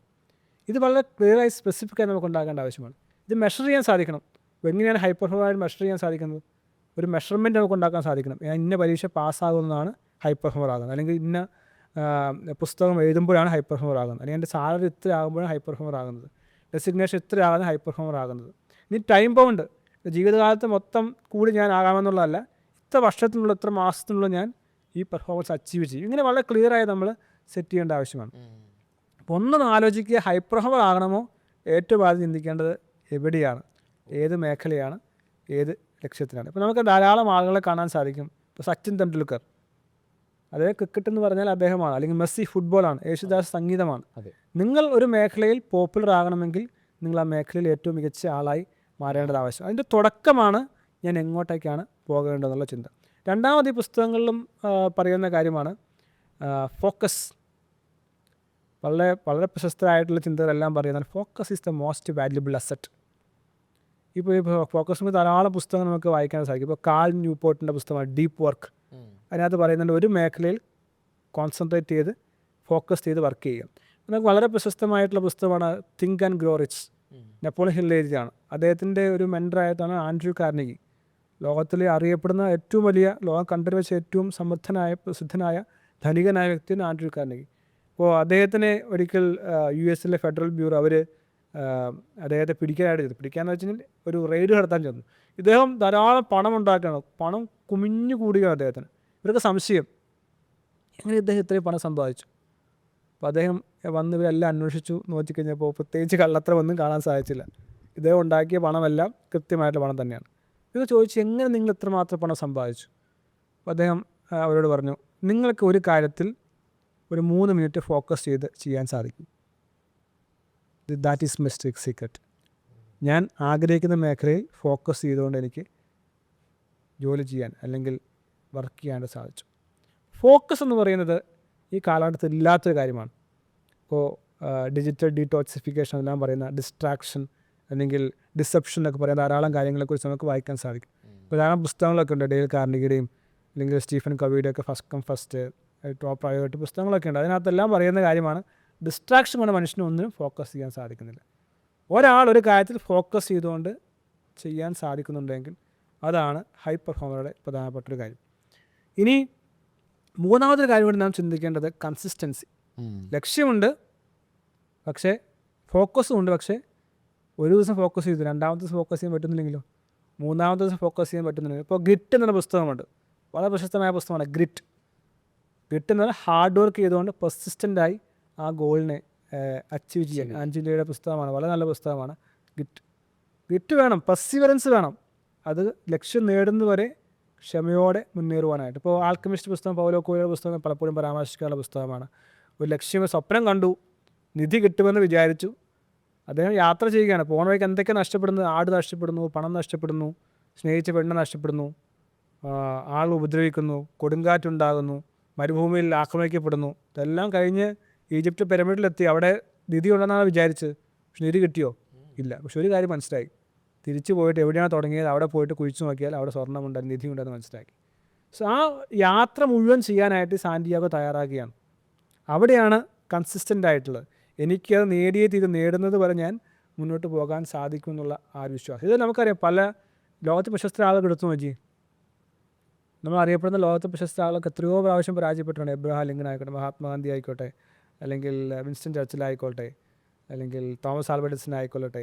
ഇവരൊക്കെ പരാജയങ്ങൾ തന്നെ അനുഭവിച്ചു. അല്ലാതെ എബ്രഹാം ലിങ്കൺ തീരുമാനിച്ചു ഞാൻ മത്സരിക്കുന്നില്ല, അല്ലെങ്കിൽ വിൻസ്റ്റൺ ചർച്ചിൽ തീരുമാനിച്ചത് ഞാൻ യുദ്ധം ചെയ്യുന്നില്ല, അല്ലെങ്കിൽ ഞാൻ പ്രസംഗിക്കുന്നില്ല, അല്ലെങ്കിൽ എഡിസൺ തീരുമാനിച്ചത് ഞാൻ ഒരു കണ്ടുപിടുത്തവും നടത്താൻ ഉദ്ദേശിക്കുന്നത് തീരുമാനിച്ചില്ല. They were keep on consistently watching on that focus. ഇനി മറ്റു പ്രധാനപ്പെട്ട കാര്യമാണ്, ഇപ്പോൾ അതെനിക്ക് തോന്നുന്നു ഈ കാലഘട്ടത്തിൽ സംസാരിക്കുന്ന വിഷയമാണ്. ക്രിയേറ്റ് എനർജി എന്ന് പറയുന്ന കോൺസെപ്റ്റാണ് ഈ ഹൈ പെർഫോമൻസ് ഹാബിറ്റ്സിൽ വളരെ പ്രധാനപ്പെട്ടായിട്ട് പറയും. എനർജി, നമുക്ക് എത്രമാത്രം എനർജി ഉണ്ട്, അത് ശാരീരികമായും മാനസികമായും. ഇപ്പോൾ നാം ഒരു ടീമിലേക്ക് കടന്നു ചെല്ലുകയാണ്, ആ ടീമിനെ നമ്മുടെ എനർജിയാണ് അങ്ങോട്ടേക്ക് വൈബ്രേറ്റ് ചെയ്യേണ്ടത്, അല്ലെങ്കിൽ വൈബ് ചെയ്യപ്പെടേണ്ടത്. നമുക്ക് ആരോഗ്യമില്ലെങ്കിൽ തീർച്ചയായിട്ടും നമുക്കൊന്നും ചെയ്യാൻ സാധിക്കും. ഇപ്പോൾ ആൾക്കാർ പറയും എനിക്ക് ക്ഷീണമാണ്, എനിക്ക് വയ്യ, നാളെ ചെയ്യാം, പിന്നെ ചെയ്യാം, ഇപ്പോൾ മനസ്സ് ഒരു വൈബില്ല, അല്ലെങ്കിൽ നല്ല സ്പിരിറ്റിലല്ല. ഇതെല്ലാം നമുക്ക് മനസ്സിനും ശരീരത്തിനും ആരോഗ്യമില്ലാത്തതുകൊണ്ടാണ്. ഇപ്പോൾ നാം പറയുന്ന ഒരു കോൺസെപ്റ്റിൽ പ്രധാനപ്പെട്ടതാണ് എനർജി എനിക്ക് എത്രമാത്രമുണ്ട്. ഹൈ പെർഫോമർ ആകണമോ എനർജി വേണം. നമുക്ക് പല പ്രശസ്തരായ ഹൈ പെർഫോമർ ആളുകൾ നമ്മൾ മെയിൻ സ്റ്റേജുകളിലൊക്കെ കാണാറുണ്ട്. ഹൈ പെർഫോമൻസ്, ഹൈ എനർജിയാണ് അവർ. അപ്പോൾ എനർജി എന്ന് പറയുന്നത് മനസ്സിൻ്റെ എനർജിയുമുണ്ട്, ശരീരത്തിൻ്റെ എനർജിയുമുണ്ട്. ഇതെനിക്ക് വന്നിട്ട് ഒരു ദിവസം സംസാരിക്കുന്ന വിഷയമാണ് എനർജിയെക്കുറിച്ച്. എങ്ങനെ ശാരീരികമായ ആരോഗ്യം സൃഷ്ടിക്കാം. ഇപ്പോൾ ശരീരത്തിന് ആരോഗ്യം വേണമെങ്കിൽ തീർച്ചയായും എക്സസൈസ് ചെയ്യണം, അല്ലേ? അതെ. നല്ല ഭക്ഷണം കഴിക്കണം, ചീത്ത ഭക്ഷണം ഒഴിവാക്കണം. പക്ഷേ എക്സസൈസ് മാറ്റണം. ഇരിപ്പോൾ ഇങ്ങനെ കുറേ നേരം ഇരിക്കുന്നത് ശരിയല്ല. ഇപ്പോൾ ഫോർ എക്സാമ്പിൾ എലോൺ മസ്ക് പറയുന്ന ടെക്നിക്കാണ് പോമഡോറോ ടെക്നിക്ക്.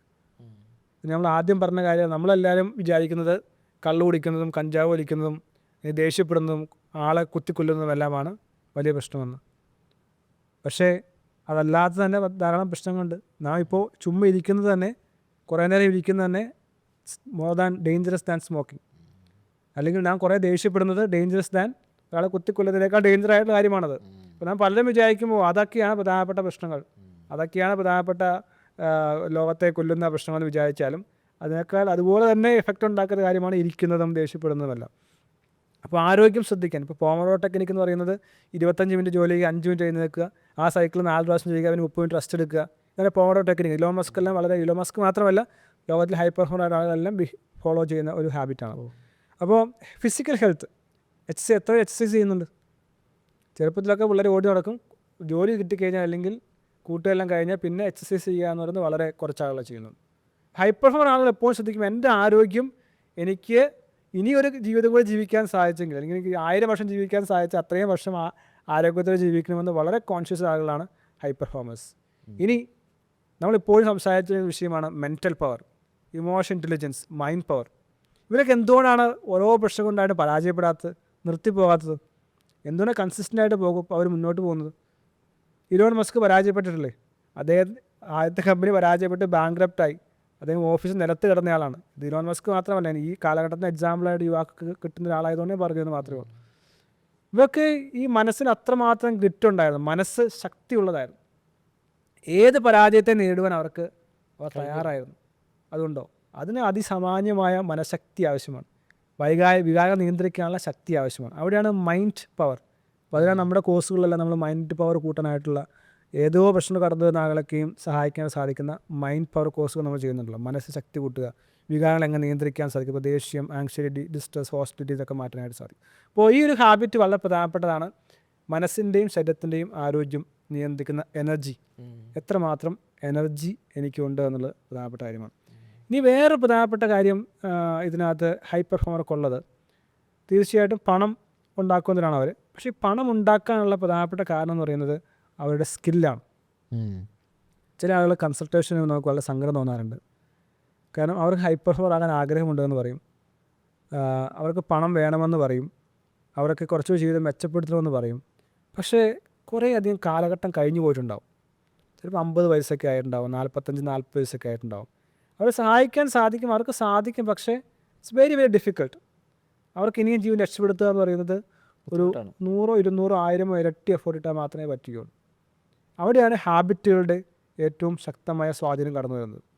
ഒരു വ്യക്തി എത്രയോ നേരത്തെയോ തൻ്റെ ജീവിതത്തിൻ്റെ ജേർണി തീരുമാനിക്കുന്നു, ഫോക്കസ് നിശ്ചയിക്കുന്നു, ഗോൾ നിശ്ചയിക്കുന്നു, അത് സിസ്റ്റമാറ്റിക്കായി ഡെയിലി അദ്ദേഹം അത് പ്രാക്ടീസ് ചെയ്ത് മുന്നോട്ട് പോകുന്നുവെങ്കിൽ ജീവിതത്തിൽ ഉണ്ടാകുന്ന മാറ്റം വളരെ വളരെ വലുതാണ്.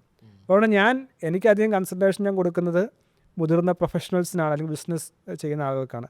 പക്ഷെ ശരിക്കും കുട്ടികൾക്കാണ് വളരെ നേരത്തെ ഇത്തരം ട്രെയിനിങ്ങൾ കൊടുക്കേണ്ടത്. പല കുട്ടികൾക്കും അറിയില്ല എങ്ങോട്ടേക്കാണ് പോകേണ്ടത്, ഏതെല്ലാം ഹാബിറ്റുകളാണ് നാം ചെയ്യേണ്ടത്. പിന്നെ പല പ്രശ്നങ്ങളിലേക്ക് അവർ പോവുകയും ഡിപ്രഷൻ ആകുകയെല്ലാം ചെയ്യാറുണ്ട്. അപ്പോൾ കുട്ടികൾക്ക് കൂടി ഹൈ പെർഫോമർ ആകാനുള്ള കാര്യങ്ങൾ വളരെ നേരത്തെ നാം പഠിപ്പിക്കുകയാണെങ്കിൽ, വിവേകാനന്ദനൊക്കെ പറഞ്ഞ പോലെ 4 എനിക്കെതിരെ ലോകത്തെ മാറ്റിമറിക്കുക എന്ന് പറഞ്ഞാൽ തീർച്ചയായും സാധിക്കുന്ന കാര്യം തന്നെയാണ്. അപ്പോൾ സ്കില്ലെന്നാണ് ആസ്പെക്റ്റ് ഞാൻ പറഞ്ഞു വരുന്നത്. എൻ്റെ മേഖലയിൽ, എൻ്റെ സെക്ടറിൽ, എൻ്റെ ഗോളിന് വേണ്ടി എനിക്ക് ഏറ്റവും അധികം സ്കില്ല് സമ്പാദിക്കാൻ, സ്കില്ലെന്ന് പറയുന്നത് എൻ്റെ മസിൽ, എൻ്റെ ശക്തി എന്ന് പറയുന്നത് സ്കില്ലാണ്. കാരണം നല്ല സ്കില്ലുള്ള ആൾക്ക് ഒന്നിനെയും പേടിക്കേണ്ട ആവശ്യമില്ല. ഇപ്പോൾ ജോലി പോകുന്നത് എന്തുകൊണ്ടാണ് പേടിക്കുന്നത്? അല്ലെങ്കിൽ കുറേ ആൾക്കാർ ഗവൺമെൻറ് ജോലി വേണമെന്ന് കരഞ്ഞുകൊണ്ടിരിക്കുകയാണ്. എന്തിനാണ്? പെർമനൻറ്റ് സെക്യൂരിറ്റി കിട്ടും, അതുകൊണ്ട് എനിക്ക് ജോലി പോകില്ല. സത്യത്തിൽ അതിൻ്റെ ആവശ്യമുണ്ടോ? ശരിക്കും നല്ല സ്കില്ലുള്ള ആൾക്ക് നന്നായി സമ്പാദിക്കാൻ സാധിക്കും. അവനെ ഏത് സ്ഥലത്തു നിന്ന് പറഞ്ഞു വിട്ടാലും അവനറിയാം എങ്ങനെയാണ് നിലനിൽക്കേണ്ടതെന്നുള്ളത്. അത് അവൻ്റെ മനഃശക്തിയെ സഹായിക്കുന്നൊരു കാര്യമാണ്. അപ്പോൾ സ്കില്ലെന്ന് പറയുന്നത് ഹൈ പെർഫോമറിൻ്റെ ഒരു പ്രധാനപ്പെട്ട കാര്യമാണ് സ്കില്ലെന്ന് പറയുന്നത്. ഒരു പക്ഷി എടുത്തു നോക്കുക. പക്ഷി ഒരിക്കലും മരത്തിൻ്റെ കൊമ്പിലിരിക്കുമ്പോൾ പേടിക്കാറില്ല, ആ മരം ഒഴിഞ്ഞു ചാടുമോ അല്ലെങ്കിൽ ആ കൊമ്പ് തകർന്നു പോകുമോ, അത് വിചാരിക്കാറില്ല. അതുപോലെ തന്നെയാണ് മനുഷ്യൻ. എൻ്റെ ജോലി പോകുമോ, എന്നെ പറഞ്ഞു വിടുമോ, വിഷമിക്കേണ്ട ആവശ്യമില്ല. കാരണം if I am skilled I can sustain, I can fly, I can soar even the best possible heights. ഈ സ്കില്ലെന്ന് പറയുന്നത് വളരെ പ്രധാനപ്പെട്ട കാര്യമാണ്. ഈ ഒരു 5ഓളം ഹൈ പെർഫോമൻസ് ഹാബിറ്റുകൾ നമ്മുടെ ജീവിതത്തിൽ ഉണ്ടാക്കുമ്പോഴാണ് ഒരാൾ ഹൈ പെർഫോമർ ആകാൻ സാധിക്കുന്നത്. ഞാൻ പറഞ്ഞു, ഹൈ പെർഫോമർ എന്ന് പറയുന്നത് പണം ഉണ്ടാക്കുന്നതല്ല, ഒരു മേഖലയിൽ മാത്രം ശക്തനാകുന്നതല്ല. ഹാപ്പിനെസ് ഉണ്ടാകണം, സെൻസ് ഓഫ് പർപ്പസ് ഉണ്ടാകണം, ഒപ്പം തന്നെ ഹെൽത്ത് ഉണ്ടാകണം, വെൽത്ത് ഉണ്ടാകണം, എനർജി ഉണ്ടാകണം. അപ്പോൾ ഹെൽത്ത് എന്ന് പറയുമ്പോൾ നാം ഇപ്പോൾ സെൻസ് ഓഫ് പർപ്പസ് എന്ന കാര്യം പറഞ്ഞു. ഇപ്പോൾ ലോകത്തിൽ ഏറ്റവും അധികം സന്തോഷമുള്ള പ്രൊഡക്റ്റീവ് ആളുകൾ ജീവിച്ചിരിക്കുന്നത് ബ്ലൂ സോൺസ് എന്ന് പറയുന്ന സ്ഥലങ്ങളിലൊക്കെയാണ്. എന്നുവെച്ചാൽ ബ്ലൂ സോൺസ് എന്ന് പറഞ്ഞാൽ ഏറ്റവും അധികം ആയുസ്സുള്ള ആളുകൾ ജീവിച്ചിരിക്കുന്ന സെഞ്ചുറിയൻസ്, സൂപ്പർ സെഞ്ചുറിയൻസ് ആയ ആളുകൾ ജീവിച്ചിരിക്കുന്ന സ്ഥലമാണ് ഈ ബ്ലൂ സോൺസ് എന്ന് പറയുന്നത്. അപ്പോൾ അതുപോലെ എക്സാമ്പിൾ ഇപ്പോൾ ജപ്പാനിലെ സദൻ ഐലൻഡുകളിലൊക്കെ ഉണ്ട്. അതുപോലെ ഒക്കിനാവോ, ഒഗീമി, മവോയി എന്ന സ്ഥലങ്ങളിലൊക്കെ ഉണ്ട്. അപ്പോൾ അവിടെ ഇവൻ 100 വയസ്സ് കഴിഞ്ഞ ആളുകളും ആരോഗ്യത്തോടെ ജീവിക്കുകയാണ്. അവർ ബെഡ് റിഡറായി കിടക്കുകയില്ല, അവർ എഴുന്നേറ്റ് നടക്കുകയും എക്സസൈസ് ചെയ്യുകയും ജിമ്മിൽ പോവുകയും ജോഗ് ചെയ്യുകയും കമ്മ്യൂണിറ്റിയായി ജീവിക്കുകയും എല്ലാം ചെയ്യുന്ന ആൾക്കാരുണ്ട്. അപ്പോൾ അവരുടെ ജീവിതത്തിൽ എന്തുകൊണ്ടാണ് ഇത്രയും സന്തോഷമുണ്ടാകാൻ കാരണമെന്നുള്ള പഠനങ്ങൾ കണ്ടെത്തിയത് ഇക്കിഗ എന്ന കോൺസെപ്റ്റ് തന്നെയാണ്. ഇക്കിഗ എന്ന് വെച്ചാൽ ഓരോ ദിവസവും രാവിലെ എഴുന്നേൽക്കാനായിട്ട് എന്താണ് കാരണം, the reason why I M wake up every morning, അത് അവിടെ കൃത്യമായിട്ടുണ്ടായിരുന്നു. അപ്പോൾ ആ സെൻസ് ഓഫ് പർപ്പസ്, ഞാൻ പറഞ്ഞത് ഏറ്റവും കൂടുതൽ ഹൈപ്പർ ആകാൻ നമ്മെ സഹായിക്കുന്ന കാര്യം, ഏറ്റവും വലിയ സന്തോഷം ഉണ്ടാക്കാൻ നമ്മെ സഹായിക്കുന്ന കാര്യം എന്ന് പറയുന്നത് ജീവിതത്തിൻ്റെ പർപ്പസ് കണ്ടെത്തുന്നതാണ്.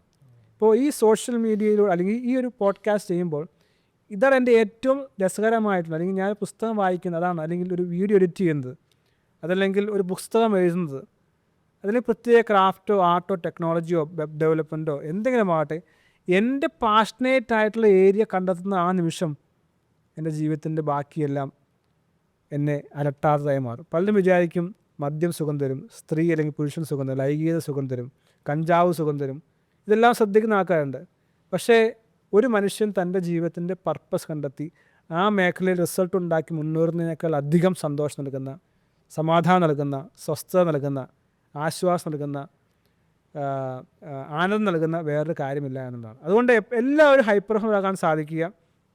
എത്രയും നേരത്തെ തന്നെ ഞാൻ ഹൈപ്പർഫോമറാകുന്ന മേഖല ഏതാണെന്ന് കണ്ടെത്തുകയും അതിലൂടെ പതിയെ പതിയെ വർക്ക് ചെയ്യുകയും അങ്ങനെ മുകളിലേക്ക് കടന്നു വന്നുകൊണ്ട് ഈ കൺസിസ്റ്റൻസിയിലൂടെ, ഫോക്കസിലൂടെ, ഗോളിലൂടെ, സെൻസ് ഓഫ് പർപ്പസിലൂടെ ജീവിതത്തിൽ തീർച്ചയായും എല്ലാവർക്കും 10 ഇരട്ടി മാറ്റമുണ്ടാക്കുവാനും ജീവിതത്തിൽ ഹൈപ്പർഫോമറാകുവാനും സാധിക്കും. ധാരാളം ആളുകൾ അങ്ങനെ ജീവിതത്തിൽ 360 ഡിഗ്രി ട്രാൻസ്ഫോർമേഷൻ അല്ലെങ്കിൽ ടോട്ടൽ ടേൺ അറൗണ്ട് ഞാനും കണ്ടിട്ടുണ്ട്, മനസ്സിലാക്കിയിട്ടുണ്ട്. തീർച്ചയായും സാധിക്കും. നടക്കാത്ത ഒന്നുമില്ല എന്ന വിശ്വാസത്തോടുകൂടി നമുക്ക് മുന്നോട്ട് പോകാം. മനുഷ്യൻ്റെ ജീവിതത്തിൽ തൽക്ഷണ സംതൃപ്തി അല്ലെങ്കിൽ ഇൻസ്റ്റൻറ്റ് ഗ്രാറ്റിഫിക്കേഷൻ അല്ലെങ്കിൽ പ്ലഷർ, ഇതിനൊക്കെ പിന്നാലെ പുതിയ കാലത്ത് ആളുകൾ ഓടാൻ തുടങ്ങിയിട്ടുണ്ട് എന്ന് ഞാൻ പലപ്പോഴും ശ്രദ്ധിച്ചിട്ടുണ്ട്. ഇതിന് പകരമായിട്ട് ജീവിതത്തിൻ്റെ ഒരു അർത്ഥം യഥാർത്ഥത്തിൽ എന്താണ് എന്ന് അന്വേഷിക്കുമ്പോൾ ഹാപ്പിനെസ്സിന് വളരെയധികം പങ്കുണ്ടെന്ന് മനസ്സിലാവും. അത് നീണ്ടു നിൽക്കുന്ന ഒന്നാണ്. ഒരുപക്ഷെ ജീവിതത്തിലുടനീളം മനുഷ്യൻ അനുഭവിച്ച് പോരേണ്ടുന്ന ഒരവസ്ഥയാണല്ലോ ശരിക്കും സന്തോഷം എന്ന് പറയുന്നത്. അത് നേടിയെടുക്കാൻ നമുക്ക് എന്താണ് യഥാർത്ഥത്തിലുള്ള എഫക്റ്റീവായിട്ടുള്ള വഴികൾ? ചോദ്യത്തിൽ നിന്ന് തന്നെ ആരംഭിക്കാം. മനുഷ്യൻ സന്തോഷം അല്ലെങ്കിൽ പ്ലഷറെല്ലാം തേടുന്നവരാണെന്നുള്ള ഒരു സ്റ്റേറ്റ്മെൻറ്റിലൂടെയാണ് ആരംഭിച്ചത്. പലരും പല രീതിയിൽ പറയാറുണ്ട് ജീവിതത്തിൽ ഏറ്റവും ആവശ്യമായ കാര്യം സമാധാനമാണെന്ന് പറയുന്ന ആൾക്കാരുണ്ട്. ചിലർ പറയും സന്തോഷത്തോടെ ജീവിക്കുക എന്നുള്ളതാണ് ഏറ്റവും നല്ലതെന്ന് പറയുന്ന ആൾക്കാരുണ്ട്. എപ്പിക്യൂരിയം പോലെയുള്ള ആളുകൾ തിന്നുക, കുടിക്കുക, ആനന്ദിക്കുക, ജീവിതം ആനന്ദിക്കുക എന്നുള്ളതാണെന്നുള്ളതാണ്. യഥാർത്ഥത്തിൽ പറഞ്ഞു കഴിഞ്ഞാൽ ജീവിതം എന്ന് പറയുന്നത് ആനന്ദിക്കുക എന്നുള്ളത് തന്നെയാണ്. ഒരു ചെറിയ ജീവിതം മാത്രമേ മനുഷ്യനുള്ളൂ. കൂടി വന്നാൽ 80-90 വയസ്സ് വരെ ജീവിച്ചിരിക്കും. എത്രമാത്രം ആനന്ദിക്കാൻ സാധിക്കും അത്രമാത്രം ആനന്ദിക്കുക എന്നുള്ളത് തന്നെയാണ്, അല്ലെങ്കിൽ സൂഹിക്കുക എന്നുള്ളത് തന്നെയാണ് മനുഷ്യൻ്റെ ജീവിതത്തിൻ്റെ അത്യന്തികമായ ലക്ഷ്യം എന്ന് പറയുന്നത്. പലരും പറയും എനിക്ക് സമാധാനമാണ് വേണ്ടത്. പല ആൾക്കാരും പറയാൻ ഇപ്പം എനിക്ക് സമാധാനമുണ്ട്. സമാധാനമല്ല ജീവിതത്തിൽ. യഥാർത്ഥത്തിൽ സമാധാനം എന്ന് പറയുന്നത് ജീവിതത്തിൻ്റെ സ്റ്റാർട്ടിങ് മാത്രമാണ്. സമാധാനത്തിന് ശേഷമാണ് നമുക്ക് യഥാർത്ഥത്തിൽ സന്തോഷം കിട്ടുന്നത്. സന്തോഷത്തിന് ശേഷമാണ് നമുക്ക് പ്ലഷർ അല്ലെങ്കിൽ ആനന്ദം അനുഭവിക്കാൻ സാധിക്കും. അപ്പോൾ ഒരു മനുഷ്യൻ ജീവിതത്തിൽ എപ്പോഴും ചിന്തിക്കേണ്ടത് എങ്ങനെ ആനന്ദം കണ്ടെത്താൻ സാധിക്കും.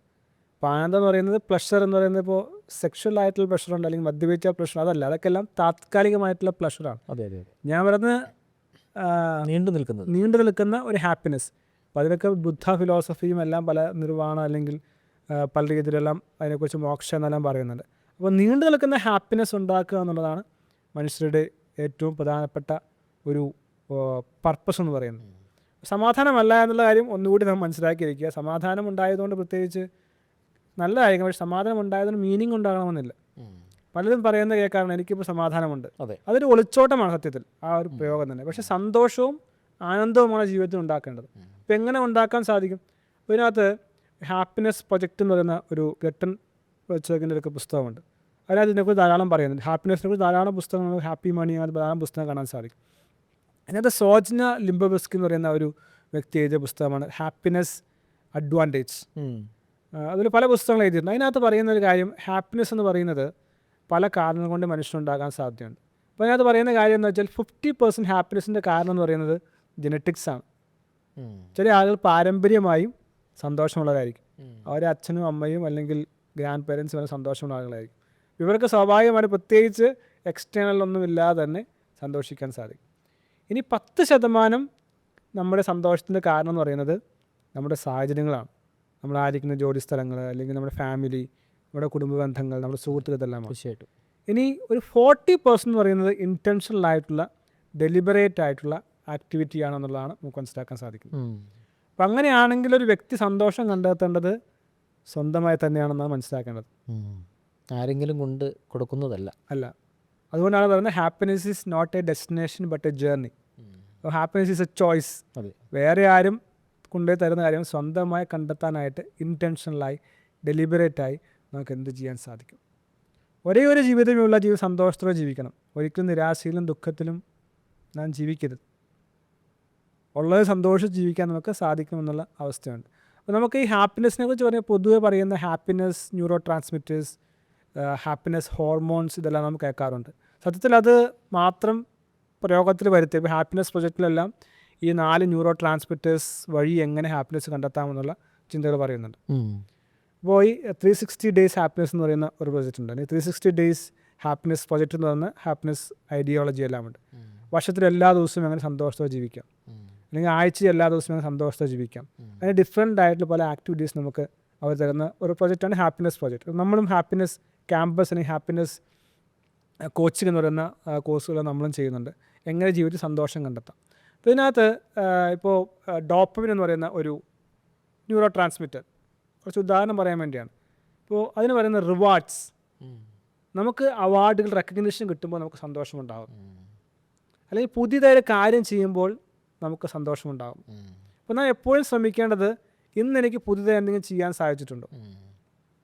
2, എനിക്ക് ഏതെങ്കിലും ചെറിയ ഗോളുകൾ അച്ചീവ് ചെയ്ത് റെക്കഗ്നിഷൻ ചെയ്യാൻ സാധിച്ചിട്ടുണ്ട്. വേറെ ആൾ റെക്കഗ്നിഷൻ ചെയ്യാൻ നിർബന്ധമില്ല, ഒരു ചെറിയ ഗോൾ അയക്കുന്ന വെച്ചേക്കുന്നത്. അതുകൊണ്ടാണ് small goals, tiny goals, atomic habits, tiny habits എന്നാണ് പറയുന്നത്. ചെറിയ ഗോളുകൾ വെച്ചുകൊണ്ട് അതിനെ ഓവർകം ചെയ്തുകൊണ്ട് അതിനെ സെലിബ്രേറ്റ് ചെയ്യാനുള്ള മനസ്സുണ്ടോ. അപ്പോൾ റെക്കഗ്നിഷൻ അല്ലെങ്കിൽ അപ്രീസിയേഷൻ, അതല്ലെങ്കിൽ പുതിയതായി ചെയ്യുന്ന കാര്യങ്ങൾ നമുക്ക് സന്തോഷം നൽകും. പലരും പക്ഷേ ചീപ്പ് ഡോപ്പമിൻസ് എല്ലാം ഉപയോഗിച്ച് സന്തോഷം കണ്ടെത്താറുണ്ട്. ഇപ്പോൾ ചീപ്പ് ഡൊമൈൻ എന്ന് പറയുന്നത് മാസ്റ്റർബേറ്റ് ചെയ്യുക, അല്ലെങ്കിൽ സെക്സ്, അഡൾട്ടറി പോലെയുള്ള സെക്ഷൽ ആയിട്ടുള്ള പ്രശ്നം കണ്ടെത്തുക, മദ്യപിക്കുക, മയക്കുമരുന്ന് ഉപയോഗിക്കുക, ഫോൺ കാണുക, ഓവർ ഈറ്റ് ചെയ്യുക, അല്ലെങ്കിൽ സ്ക്രോള് ചെയ്യുക. ഇതെല്ലാം ഒരു താത്കാലികമായിട്ടുള്ള എഫീമറലായിട്ട് സന്തോഷം. സ്ക്രോളിംഗ് ഒരു പ്രധാനപ്പെട്ട ഫാക്ടറാണ് ഇപ്പോൾ, അല്ലേ? പക്ഷേ scrolling is actually counter productive. മനുഷ്യനെ ഡിപ്രഷനിലേക്ക് നയിക്കുന്ന ഒരു പ്രധാനപ്പെട്ട ഫാക്ടറാണ് സ്ക്രോളിംഗ് എന്ന് പറയുന്നത്. പല ആളുകൾക്കും ഡിപ്രഷൻ ഉണ്ടാകാനോ അല്ലെങ്കിൽ ഡിപ്രഷനിലേക്ക് തള്ളിവിടുന്ന ഒരു ഏജൻ്റാണ് സ്ക്രോളിംഗ്, മൈൻഡ്ലെസ് സ്ക്രോളിംഗ്. ഫോമോ എന്ന് പറയുന്ന മൈൻഡ്ലെസ് സ്ക്രോളിംഗ്, കുറേ നേരം ഇരുന്ന് നോക്കി. രണ്ടാമത്തെ കാര്യം, ഈ സ്ക്രോളിംഗ് എന്ന് പറയുന്നത് നമ്മുടെ ബ്രെയിനിന് പറ്റിയ ആക്ടിവിറ്റി അല്ല. പിന്നെ ഒരു ചെറിയ സമയം കൊണ്ട് ഡിഫറെൻ്റ് ആയിട്ടുള്ള പല രീതി ഇൻഫോർമേഷനെ പ്രോസസ്സ് ചെയ്യാനായിട്ട് മൈൻഡിനെ, അല്ലെങ്കിൽ ബ്രെയിൻ മാത്രമല്ല, ഒരുപാട് വിഷ്വൽസ്, അല്ലേ, പല നിറങ്ങൾ, ഇതെല്ലാം ഒരേ സമയം, ഇതെല്ലാം നമ്മുടെ ബ്രെയിനിൻ്റെ ഫോക്കസ് നഷ്ടപ്പെടുത്തുകയും കോൺസെൻട്രേഷൻ നഷ്ടപ്പെടുത്തുകയും എല്ലാം ചെയ്യുന്ന കാര്യം. ഒരു കാര്യത്തിലും കോൺസെൻട്രേറ്റ് ചെയ്ത് നമുക്ക് ചെയ്യാനായിട്ട് നമുക്ക് സാധിക്കില്ല. അതുകൊണ്ട് തന്നെ നാം ഉദ്ദേശിക്കുന്ന മേഖലയിൽ നമുക്ക് പെർഫോം ചെയ്യാൻ സാധിക്കില്ല. അതുകൊണ്ട് ഈ ഫോക്കസ് നഷ്ടപ്പെടുത്തുന്ന ഒന്നാണ് ഈ സ്ക്രോളിംഗ് എന്ന് പറയുന്നത്. ഇതെല്ലാം താത്കാലികമായിട്ടുള്ള ഒരു സന്തോഷം നൽകുന്ന ചീപ്പ് ഡൊമൈൻസാണ്. ഇപ്പോൾ പോൺ അഡിക്ഷൻ, ബ്ലൂ ഫിലിംസ് കാണുക, ഇതെല്ലാം ചീപ്പായിട്ടുള്ള ഡോപ്പമിനാണ്. ഒരിക്കലും ഹൈ പ്രൊഡക്റ്റീവായിട്ടുള്ള, ഹൈ പെർഫോമർ ആയിട്ടുള്ള ആൾ ഇത്തരം ചീപ്പായ ഡൊമൈനെ തേടി പോവുകയില്ല. താത്കാലിക ശാരീരിക സുഖം ലഭിപ്പാൻ, അല്ലെങ്കിൽ മനസ്സുകൾ ലഭിപ്പാൻ ആരും ഇങ്ങനെ ചീത്തയ കാര്യങ്ങൾ കാണുകയോ ചീത്ത കാര്യങ്ങൾ അനുഭവിക്കുകയോ ചെയ്യാനായിട്ട് പോവുകയില്ല എന്ന് സത്യമായിട്ടുള്ള അവസ്ഥ. അപ്പോൾ ഡോപ്പമിൻ പോലെ തന്നെ മറ്റൊന്നാണ് ഓക്സിറ്റോസിൻ, സ്നേഹ ഹോർമോൺ എന്ന് പറയുന്നത്, ലവ് ഹോർമോൺ എന്ന് വേണമെങ്കിൽ പറയാം. അത് ഫിസിക്കലായിട്ടുള്ള ടച്ചിലൂടെ, നല്ല ബന്ധങ്ങളിലൂടെ, നല്ല ഹഗ്ഗിലൂടെ, നല്ല ഷേക്ക് ഹാൻഡിലൂടെ, അല്ലെങ്കിൽ നല്ല പെറ്റ്സിനെ വളർത്തുന്നതിലൂടെ എല്ലാം നമുക്ക്, നല്ല കമ്മ്യൂണിറ്റി ലൈഫിലൂടെ എല്ലാം നമുക്ക് ലഭിക്കുന്ന കാര്യമാണ്. അപ്പോൾ നമ്മൾ നല്ല സൗഹൃദങ്ങൾ അങ്ങനെ വളർത്താം. അത് മനുഷ്യർ തന്നെ ആണെന്നില്ല, ഈവൻ പെറ്റ്സ് ആണെങ്കിൽ കൂടി വളരെ സന്തോഷം നമുക്ക് നൽകുന്ന കാര്യമാണ്. അപ്പോൾ അതുപോലെ നമുക്ക് കുഞ്ഞുങ്ങളുണ്ടെങ്കിൽ അവരെ താലോലിക്കുക, ഭാര്യയും ഭർത്താവും ഉണ്ടെങ്കിൽ കഡിൽ ടൈപ്പ് എന്നുപോലെ അവർക്ക് പരസ്പരം ഹഗ് ചെയ്യാം, കിസ് ചെയ്യാം. അങ്ങനെ ടച്ചിലൂടെ, അല്ലെങ്കിൽ നമുക്ക് നമ്മുടെ സ്റ്റുഡൻസിനെയോ അല്ലെങ്കിൽ നമ്മുടെ ഫ്രണ്ട്സിനെയോ അപ്രീഷിയേറ്റ് ചെയ്യാം, പുറത്ത് തട്ടിക്കൊണ്ട് ചെയ്യാം. ഇതെല്ലാം ടച്ച് പോലെയുള്ള ഓക്സിറ്റോസിൻ എന്ന് പറയുന്ന ഹോർമോൺ നമ്മെ, അല്ലെങ്കിൽ ന്യൂറോ ട്രാൻസ്മിറ്റർ വളരെ സന്തോഷം നൽകാൻ സഹായിക്കുന്നതാണ്. അപ്പം നമ്മൾ ചെയ്യേണ്ടത് നാം ഒന്ന് നോക്കുക, എനിക്ക് ഈ പറയുന്ന ഇൻറ്റൻഷനലായി എങ്ങനെ ഹാപ്പിനെസ് കൊണ്ടുവരുവാൻ സാധിക്കും, എനിക്ക് പുതിയൊരു കാര്യം ചെയ്യാൻ സാധിക്കും, എനിക്ക് ചെറിയൊരു ഗോൾ വെച്ചിട്ട് അതിനെ എനിക്ക് നേടിയെടുക്കാൻ സാധിക്കുമോ, അതല്ലെങ്കിൽ എൻ്റെ കുടുംബത്തിൽ എൻ്റെ മക്കൾ അല്ലെങ്കിൽ ഭാര്യ ഭർത്താവ് ഇവരുമായി ചേർന്ന് കഡിൽ ചെയ്തുകൊണ്ട് അല്ലെങ്കിൽ പെറ്റ്സുമായി സമയം ചെലവഴിച്ചൊരു സന്തോഷം കണ്ടെത്താൻ സാധിക്കും. ആരും ഒരിക്കലും സന്തോഷം നമുക്ക് സൗജന്യമായി കൊണ്ടു തരികയില്ല. നമ്മുടെ ഭാഗത്തുനിന്ന് തീർച്ചയായും എഫോർട്ട് വേണ്ടതാണ്. ഈ ഡോപ്പമിൻ പോലെ ഓക്സിറ്റോസിൻ പോലെ സെറാട്ടോണിൻ, ഈ സെറാട്ടോണിൻ എന്ന് പറഞ്ഞാൽ കുറേ ഡൈവേഴ്സ് ആക്ടിവിറ്റി ചെയ്യുമ്പോൾ നമുക്ക് കിട്ടുന്ന കാര്യമാണ്. ഇപ്പോൾ മെഡിറ്റേഷൻ ചെയ്താൽ നമുക്ക് തിരിച്ച് സന്തോഷം ഉണ്ടാകും. അതുപോലെ ഗ്രാറ്റിറ്റ്യൂഡ്. പക്ഷെ പലപ്പോഴും ആളുകൾ നമ്മൾ ആലോചിച്ച് നോക്കി, നമ്മുടെ ജീവിതം എത്രയോ മനോഹരമായ നിമിഷങ്ങൾ ഓരോ ദിവസം കടന്നു പോകുന്നത്. നല്ല സുഹൃത്തുക്കളെ കാണുന്നുണ്ടാകാം, നാം ആഹാരം കഴിക്കുന്നുണ്ടാകാം, നാം ഇന്ന് ജോലി ചെയ്തിട്ടുണ്ടാകാം, നല്ല വായു നമുക്ക് ലഭിച്ചിട്ടുണ്ടാകാം, വെള്ളം കിട്ടിയിട്ടുണ്ടാകാം, നമുക്ക് വാഹനമുണ്ടാകാം, ഡ്രസ്സുണ്ടാകാം, എന്തൊക്കെയോ നന്മകളാണ് നമുക്ക് ജീവിതത്തിൽ. ഓരോ ദിവസവും വൈകിട്ട് ഒന്ന് പോയി, അതിനാണ് ഗ്രാറ്റിറ്റ്യൂഡ് ജേർണലിംഗ് ലോകത്തിലെ ഏറ്റവും പ്രശസ്തമായൊരു നാച്ചുറൽ മെഡിസിൻ അല്ലെങ്കിൽ ടോണിക്കായിട്ട് എല്ലാം അറിയപ്പെടുന്നത്. അപ്പോൾ മെഡിറ്റേഷൻ അല്ലെങ്കിൽ ഗ്രാറ്റിറ്റ്യൂഡ് ജേർണലിംഗ്, മറ്റുള്ളവരെ സഹായിക്കുക, മെഡിറ്റേറ്റ് ചെയ്യുക, ഇതെല്ലാം സെറട്ടോണിൻ പോലെയുള്ള ന്യൂറോ ട്രാൻസ്മിറ്റർ നമ്മെ സഹായിക്കുന്ന കാര്യമാണ്. ഇനി മറ്റൊന്നാണ് എൻഡോർഫിൻ. അത് നാച്ചുറൽ പെയിൻ കില്ലറാണെന്ന് വേണമെങ്കിൽ പറയാൻ സാധ്യതയുണ്ട്. അത് വളരെ എഫക്റ്റുള്ളൊരു ഹാപ്പിനെസ് നൽകുന്ന ഹോർമോണാണ്. ഇപ്പോൾ നമുക്ക് വിഷമിച്ചിരിക്കുകയാണെങ്കിൽ നമ്മൾ പുറത്തേക്കൊന്ന് നടക്കുക, നേച്ചറിലൂടെ നടക്കുക, അല്ലെങ്കിൽ ഫിസിക്കലി ഡിഫിക്കൽട്ടായിട്ടുള്ള ചിലപ്പോൾ ജോഗ് ചെയ്യുന്നതാകാം, ട്രക്ക് ചെയ്യുന്നതാകാം, അഡ്വഞ്ചറായിട്ടുള്ള ആക്ടിവിറ്റി ചെയ്യുന്നതാകാം. അപ്പോൾ ഫിസിക്കലി പെയിൻ കൊണ്ടുവരുന്ന കാര്യങ്ങൾ അത് നമുക്ക് സന്തോഷം കൊണ്ടുവരാൻ സാധിക്കുന്ന കാര്യമാണ്. അപ്പോൾ ഹാപ്പിനെസ് എന്ന് പറയുന്നത് ചോയ്സാണ്. ഹാപ്പിനെസ് ഉണ്ടെങ്കിൽ മാത്രമേ സുഖം അല്ലെങ്കിൽ ആനന്ദം കണ്ടെത്തുവാൻ സാധിക്കൂ. സമാധാനത്തിൻ്റെ ശേഷം ഹാപ്പിനെസ്സിലേക്കും ഹാപ്പിനെസ്സിന് ശേഷം ആനന്ദത്തിലേക്കും നമുക്ക് പോകാൻ സാധിക്കണം. അതിനെ നമുക്ക് ആഗ്രഹിക്കുന്ന കാര്യങ്ങൾ, ഏറ്റവും ഇഷ്ടമുള്ള കാര്യങ്ങൾ നമുക്ക് ചെയ്യാനായിട്ട് സാധിക്കും. ഹാപ്പിനെസ് ഇല്ലാതെ ജീവിതം നയിച്ചുകൊണ്ട് ഇറ്റ്സ് എ വേസ്റ്റഡ് ലൈഫ്. ഒരു ജീവിതമുള്ളൂ. അപ്പോൾ നാം എപ്പോഴും ചിന്തിക്കേണ്ടത് ഉള്ളതിൽ എങ്ങനെ സന്തോഷം കണ്ടെത്താം. ഇപ്പോൾ നാം പറയും പ്രസൻറ്റ്, ലീവ് ദ മൊമെൻ്റ് എന്നെല്ലാം പറയാറുണ്ട്. ഇന്നലത്തെ കഷ്ടതകളെക്കുറിച്ച് ഓർത്ത് വ്യാധിപ്പെട്ടിട്ട് കാര്യമില്ല. നാളത്തെ ദുഃഖങ്ങളെക്കുറിച്ച് ഓർത്ത് വിഷമിച്ചിട്ട് കാര്യമില്ല. അത് വരും, ഇത് വരും, അങ്ങനെ വരും, ഇങ്ങനെ വരും. വരുന്നത് വരട്ടെ എന്നുള്ള ചിന്തയോടുകൂടി നാം ഏറ്റവും ബെസ്റ്റായിട്ടുള്ള ഈ മൊമെൻറ്റിൽ ചെയ്യാൻ സാധിക്കുക എന്നുള്ളതാണ് ഹാപ്പിനെസ് എന്ന് പറയുന്നത്. അതിന് ശക്തമായ മൈൻഡ്ഫുൾനെസ് ആവശ്യമാണ്. ഞാൻ പറഞ്ഞു വന്നത്, ഹാപ്പിനെസ് എന്ന് പറയുന്നത് ഹൈ പെർഫോമൻസിന് ആവശ്യമാണ്. ഹൈ പെർഫോമർ ആകണമെങ്കിൽ ഹാപ്പിനെസ് ഉണ്ടാകണം. ഹൈ പെർഫോമർ ആകുമ്പോൾ ഹാപ്പിനെസ് ഉണ്ടാകും. ഹാപ്പിനെസ് ഉണ്ടെങ്കിൽ ഹൈ പെർഫോമർ ആകാൻ സാധിക്കും. അപ്പം അതിന് ഈ കാര്യങ്ങൾ, ഇപ്പോൾ ഞാൻ ചില ക്യാമ്പസുകളിലൊക്കെ ഹാപ്പിനെസ് ക്യാമ്പസ് പ്രൊജക്റ്റ് ചെയ്തിട്ടുണ്ട്. അല്ലെങ്കിൽ പല ക്ലയൻറ്റിനും ഹാപ്പിനെസ് പ്രൊജക്റ്റിൽ ഞാൻ കോഴ്സ് കൊടുക്കാറുണ്ട്. അപ്പോൾ അവർക്ക് ഡെയിലി കൊടുക്കും, നിങ്ങൾ ജീവിതത്തിൽ ഹാപ്പിനെസ് ഉണ്ടാകാനായിട്ട് ഇന്ന ടാസ്കുകൾ ചെയ്യുക. വളരെ ട്രാൻസ്ഫോർമേഷണലായിട്ടുള്ള ജീവിതത്തിൽ മാറ്റം വരും. നമ്മൾ ആദ്യം പറഞ്ഞ പോലെയുള്ള ശാരീരിക പ്രശ്നങ്ങളെല്ലാം, ആസ്മ പോലെയുള്ള, ഡയബറ്റിക്സ് പോലെയുള്ള പല കാര്യങ്ങളും ഇതിലൂടെ മാറ്റാൻ സാധിക്കും. ഞാൻ പറഞ്ഞപ്പോൾ സ്ട്രെസ്സ് അല്ലെങ്കിൽ ആങ്സൈറ്റി, ഡിപ്രഷൻ, അല്ലെങ്കിൽ ഹെയ്റ്റ്, ഹോസ്റ്റിറ്റ്, ഇതെല്ലാം കോർട്ടിസോൾ പോലെയുള്ള, അഡ്രിനാലിൻ പോലെയുള്ള പ്രശ്നം ഉണ്ടാക്കുന്നത്. ഇപ്പോൾ ഞാൻ പറയും, ഇപ്പോൾ അഡ്രിനാലിൻ, കോർട്ടിസോൾ, പിറ്റ്യൂട്ടറി, ഇതെല്ലാം ആക്സിസ് എന്ന് പറയും. ഇത് ഈ കണക്ഷൻസ് നമ്മുടെ ഇമ്മ്യൂൺ സിസ്റ്റത്തെ വീക്കാക്കുകയും അല്ലെങ്കിൽ സിസ്റ്റത്തെ വീക്കാക്കുകയും അതാണ് നമുക്ക് രോഗങ്ങൾ ഉണ്ടാക്കുന്നത്. പക്ഷേ ഈ ഹാപ്പിനെസ് ഹോർമോൺസ് ഇതിൻ്റെ ഒരു നാച്ചുറൽ മെഡിസിനാണ്, നാച്ചുറൽ ടോണിക്കാണ്. ഹാപ്പിനെസ് ഉണ്ടാകുമ്പോൾ നമുക്ക് ഇമ്മ്യൂൺ സിസ്റ്റം ബൂസ്റ്റ് ആകുന്നു, ഏജിനിങ് കുറയ്ക്കുന്നു, അല്ലെങ്കിൽ രോഗപ്രതിരോധശേഷി കൂടുതലാക്കുന്നു, മനസ്സിനും ശരീരത്തിനും സുഖം നൽകുന്നു. അപ്പോൾ അതുകൊണ്ട് ഇത് ഈ പറയുന്ന സ്ട്രെസ്സിൻ്റെയും ആങ്സൈറ്റിയുടെയും ഡിപ്രഷൻ്റെയും ഹോസ്റ്റിലിറ്റിയുടെയും എല്ലാം ഓപ്പോസിറ്റ് ആയിട്ടുള്ള ആക്ഷൻ ഉണ്ടാക്കുന്നത്. അത് സന്തോഷം നൽകുകയും ഹൈ പെർഫോമൻസ് നൽകുകയും ഹെൽത്ത് നൽകുകയും വെൽബീയിങ് നൽകുകയും എല്ലാം ചെയ്യുന്ന കാര്യമാണ്. അപ്പോൾ ഈ പറയുന്ന 3 ബിഗ് എന്ന് പറയുന്ന നെഗറ്റീവ് ഇമോഷൻസിനെ മാറ്റി വെച്ചുകൊണ്ട് ഹാപ്പിനെസ്സിലേക്ക് നാം ഇൻറ്റൻഷണലായി എഫോർട്ട് ഇട്ടുകൊണ്ട് ഈ പറയുന്ന കാര്യങ്ങൾ സിസ്റ്റമാറ്റിക്കായി ചെയ്ത് കഴിഞ്ഞാൽ പല രോഗങ്ങളും മാറ്റാൻ സാധിക്കും, ഡിപ്രഷൻ മാറ്റാൻ സാധിക്കും, സന്തോഷം കണ്ടെത്താൻ സാധിക്കും, ആനന്ദം കണ്ടെത്താൻ സാധിക്കും. അതിലൊരു ജീവിതത്തിൽ വലിയൊരു മാറ്റം ഉണ്ടാക്കാൻ നമുക്ക് സാധിക്കുന്ന ഒരു കാര്യമാണ്. ഒരാൾ റിച്ചാകാൻ ആഗ്രഹിക്കുകയും അതേസമയം തന്നെ അതിലേക്ക് എത്തിച്ചേരാൻ വേണ്ടിയിട്ട് വളരെ എഫക്റ്റീവായി നമുക്ക് പ്രാക്ടീസ് ചെയ്യാൻ കഴിയുന്ന ഹാബിറ്റുകൾ ഡെവലപ്പ് ചെയ്തെടുക്കാനും കഴിയുന്നതിലൂടെ നമുക്ക് അതിലേക്ക് എത്തിച്ചേരാൻ കഴിയും. സയൻറ്റിഫിക് ആയിട്ടുള്ള, എവിഡൻസ് ബേസ്ഡ് ആയിട്ടുള്ള അത്തരത്തിലുള്ള സ്ട്രാറ്റജികൾ നിങ്ങൾ പൊതുവെ ഉപയോഗിക്കാറുണ്ടല്ലോ. അപ്പോൾ അതിനെപ്പറ്റി നമുക്കൊന്ന് വിശദീകരിക്കാം. ഇതൊന്ന് റിച്ച് മൈൻഡ് സെറ്റ് എന്ന് പറയുന്ന ആശയത്തെക്കുറിച്ചായിരിക്കും പറയുന്നത്. ഈ റിച്ച് മൈൻഡ് സെറ്റ് എന്ന് പറയുന്ന ആശയം വളരെ പണ്ട് കാലഘട്ടം മുതൽ ഉള്ളൊരു കാര്യമാണ്. പണ്ട് കാലഘട്ടം എന്ന് പറഞ്ഞു കഴിഞ്ഞാൽ പുരാണങ്ങളിൽ നമുക്ക് കാണാൻ സാധിക്കും, ഉപനിഷത്തുകളിൽ കാണാൻ സാധിക്കും, ഖുറാൻ അല്ലെങ്കിൽ ബൈബിളിലെല്ലാം നമുക്ക് കാണാൻ പറ്റുന്ന കാര്യമാണ്. അപ്പോൾ പണം ഉണ്ടാകുക എന്ന് പറയുന്നത് ഒരു മൈൻഡ് സെറ്റാണ്. പണം ഉണ്ടാകാൻ റിച്ച് മൈൻഡ് സെറ്റ് ഉണ്ടെങ്കിൽ മാത്രമേ നമുക്ക് സാധിക്കുകയുള്ളൂ. അപ്പോൾ എന്ന് പറഞ്ഞു കഴിഞ്ഞാൽ ജീസസ് ക്രൈസ്റ്റ് പറഞ്ഞ കാര്യമുണ്ട്, ഉള്ളവന് ഇനിയും കിട്ടും, ഇല്ലാത്തവന് ഉള്ളതുകൂടി നഷ്ടപ്പെടും. പലരും വിചാരിക്കും വേറെ ഏതോ ഇന്നിക്വാലിറ്റി ബന്ധപ്പെട്ട തീമാണെന്ന് വിചാരിക്കും. നമ്മളിപ്പോൾ തന്നെ ലോകത്തിലെടുത്ത് നോക്കിയാൽ നമുക്കറിയാൻ സാധിക്കും 80% വെൽത്ത് വിരിക്കുന്ന 20% ആളുകളുടെ കയ്യിലാണ്. ഇപ്പോൾ നമ്മൾ വിചാരിക്കുമ്പോൾ അംബാനി കോടീശ്വരനായി, അല്ലെങ്കിൽ ടാറ്റ കോടീശ്വരനായി, അല്ലെങ്കിൽ അദാനി കോടീശ്വരനായി. സത്യം പറഞ്ഞാൽ അതിനകത്തെല്ലാം ഒരു മൈൻഡ് സെറ്റ് അല്ലെങ്കിൽ മനഃശാസ്ത്രം ഒളിഞ്ഞു കിടക്കുന്നുണ്ട്. ഇതിന് ഏറ്റവും കൂടുതൽ എഫക്റ്റീവായി എനിക്ക് തോന്നിയത് കെൻ ഹോണ്ട എന്ന് പറയുന്ന ഒരു വ്യക്തിയുണ്ട്. അദ്ദേഹം ജപ്പാനീസിലെ ഒരാളാണ്. മൈൻഡ് വാലി പ്രൊജക്റ്റ് പോലെയുള്ള പ്രൊജക്റ്റുകൾ ചെയ്യുന്ന ആളാണ്. അപ്പോൾ അദ്ദേഹം പറയുന്നൊരു വളരെ മനോഹരമായ കോൺസെപ്റ്റ് എന്നെ ഹഠാത് ആകർഷിച്ചിട്ടുണ്ട്. അദ്ദേഹം പറയുന്നത് മേക്കിംഗ് പീസ് വിത്ത് മണി. അപ്പോൾ ശരിക്കും പറഞ്ഞു കഴിഞ്ഞാൽ ദരിദ്രരായിട്ടുള്ള ആളാണെന്ന് വിചാരിക്കും. നമ്മൾ ദരിദ്രരെയും പണക്കാരെയും വേദനിക്കുന്നതല്ല, പക്ഷേ പൊതുവെ പണമില്ലാത്തവർക്ക് പണത്തെക്കുറിച്ചുള്ള ചിന്ത എന്തായിരിക്കും? പണത്തെക്കുറിച്ച് പറയുമ്പോൾ അവരെന്തായിരിക്കും ചിന്തിക്കുന്നത്?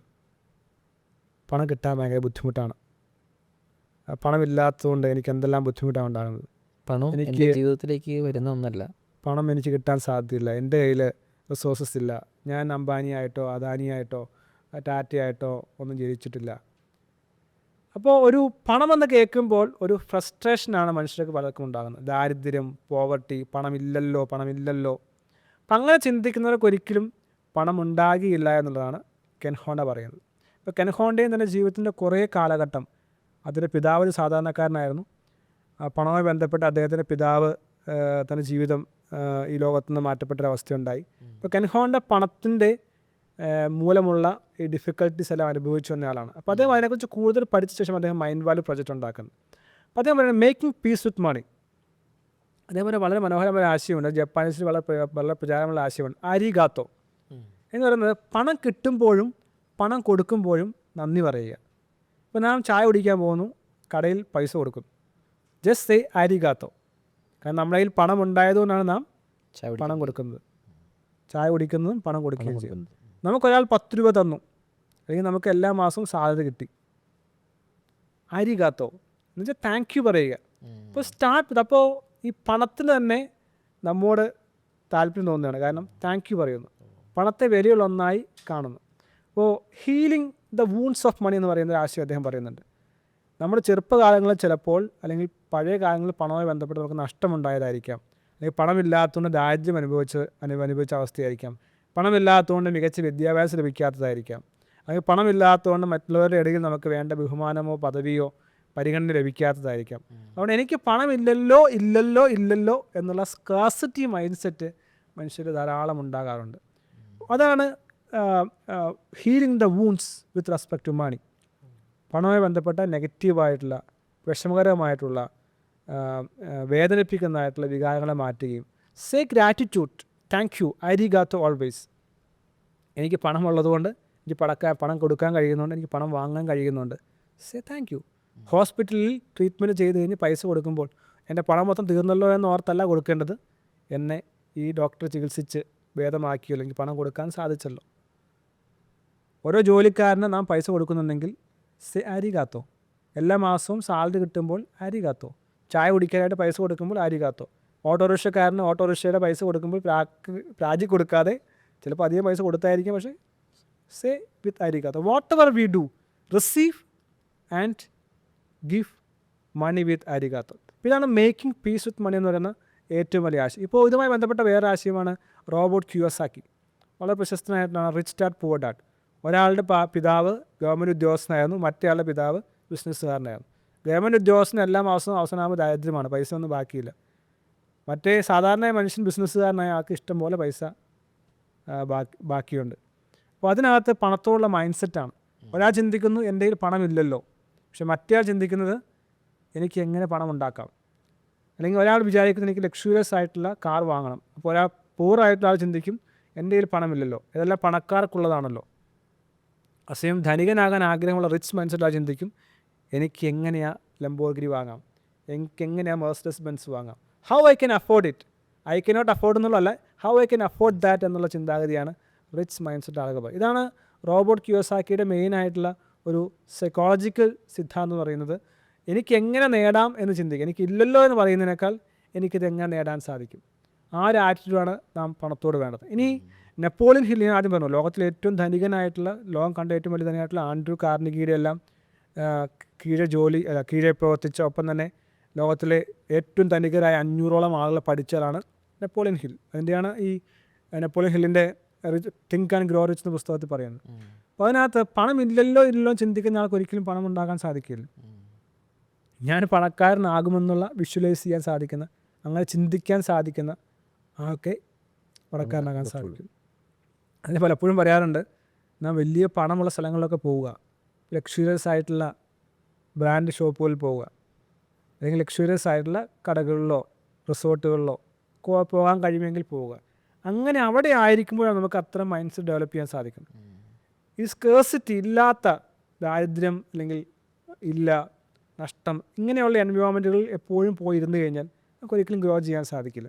അപ്പോൾ എങ്ങനെ നമുക്ക് ഏറ്റവും ലക്ഷറിയസ് ആയിട്ടുള്ള അല്ലെങ്കിൽ റിച്ച് ആയിട്ടുള്ള അറ്റ്മോസ്ഫിയർ, എൻവയോൺമെൻറ്റ് എക്സ്പീരിയൻസ് ചെയ്യാൻ സാധിക്കുമോ, അത്രയും എക്സ്പീരിയൻസ് ചെയ്യുക എന്നുള്ള ഒരു ആശയം നമ്മൾ മനസ്സിലാക്കേണ്ട കാര്യമാണ്.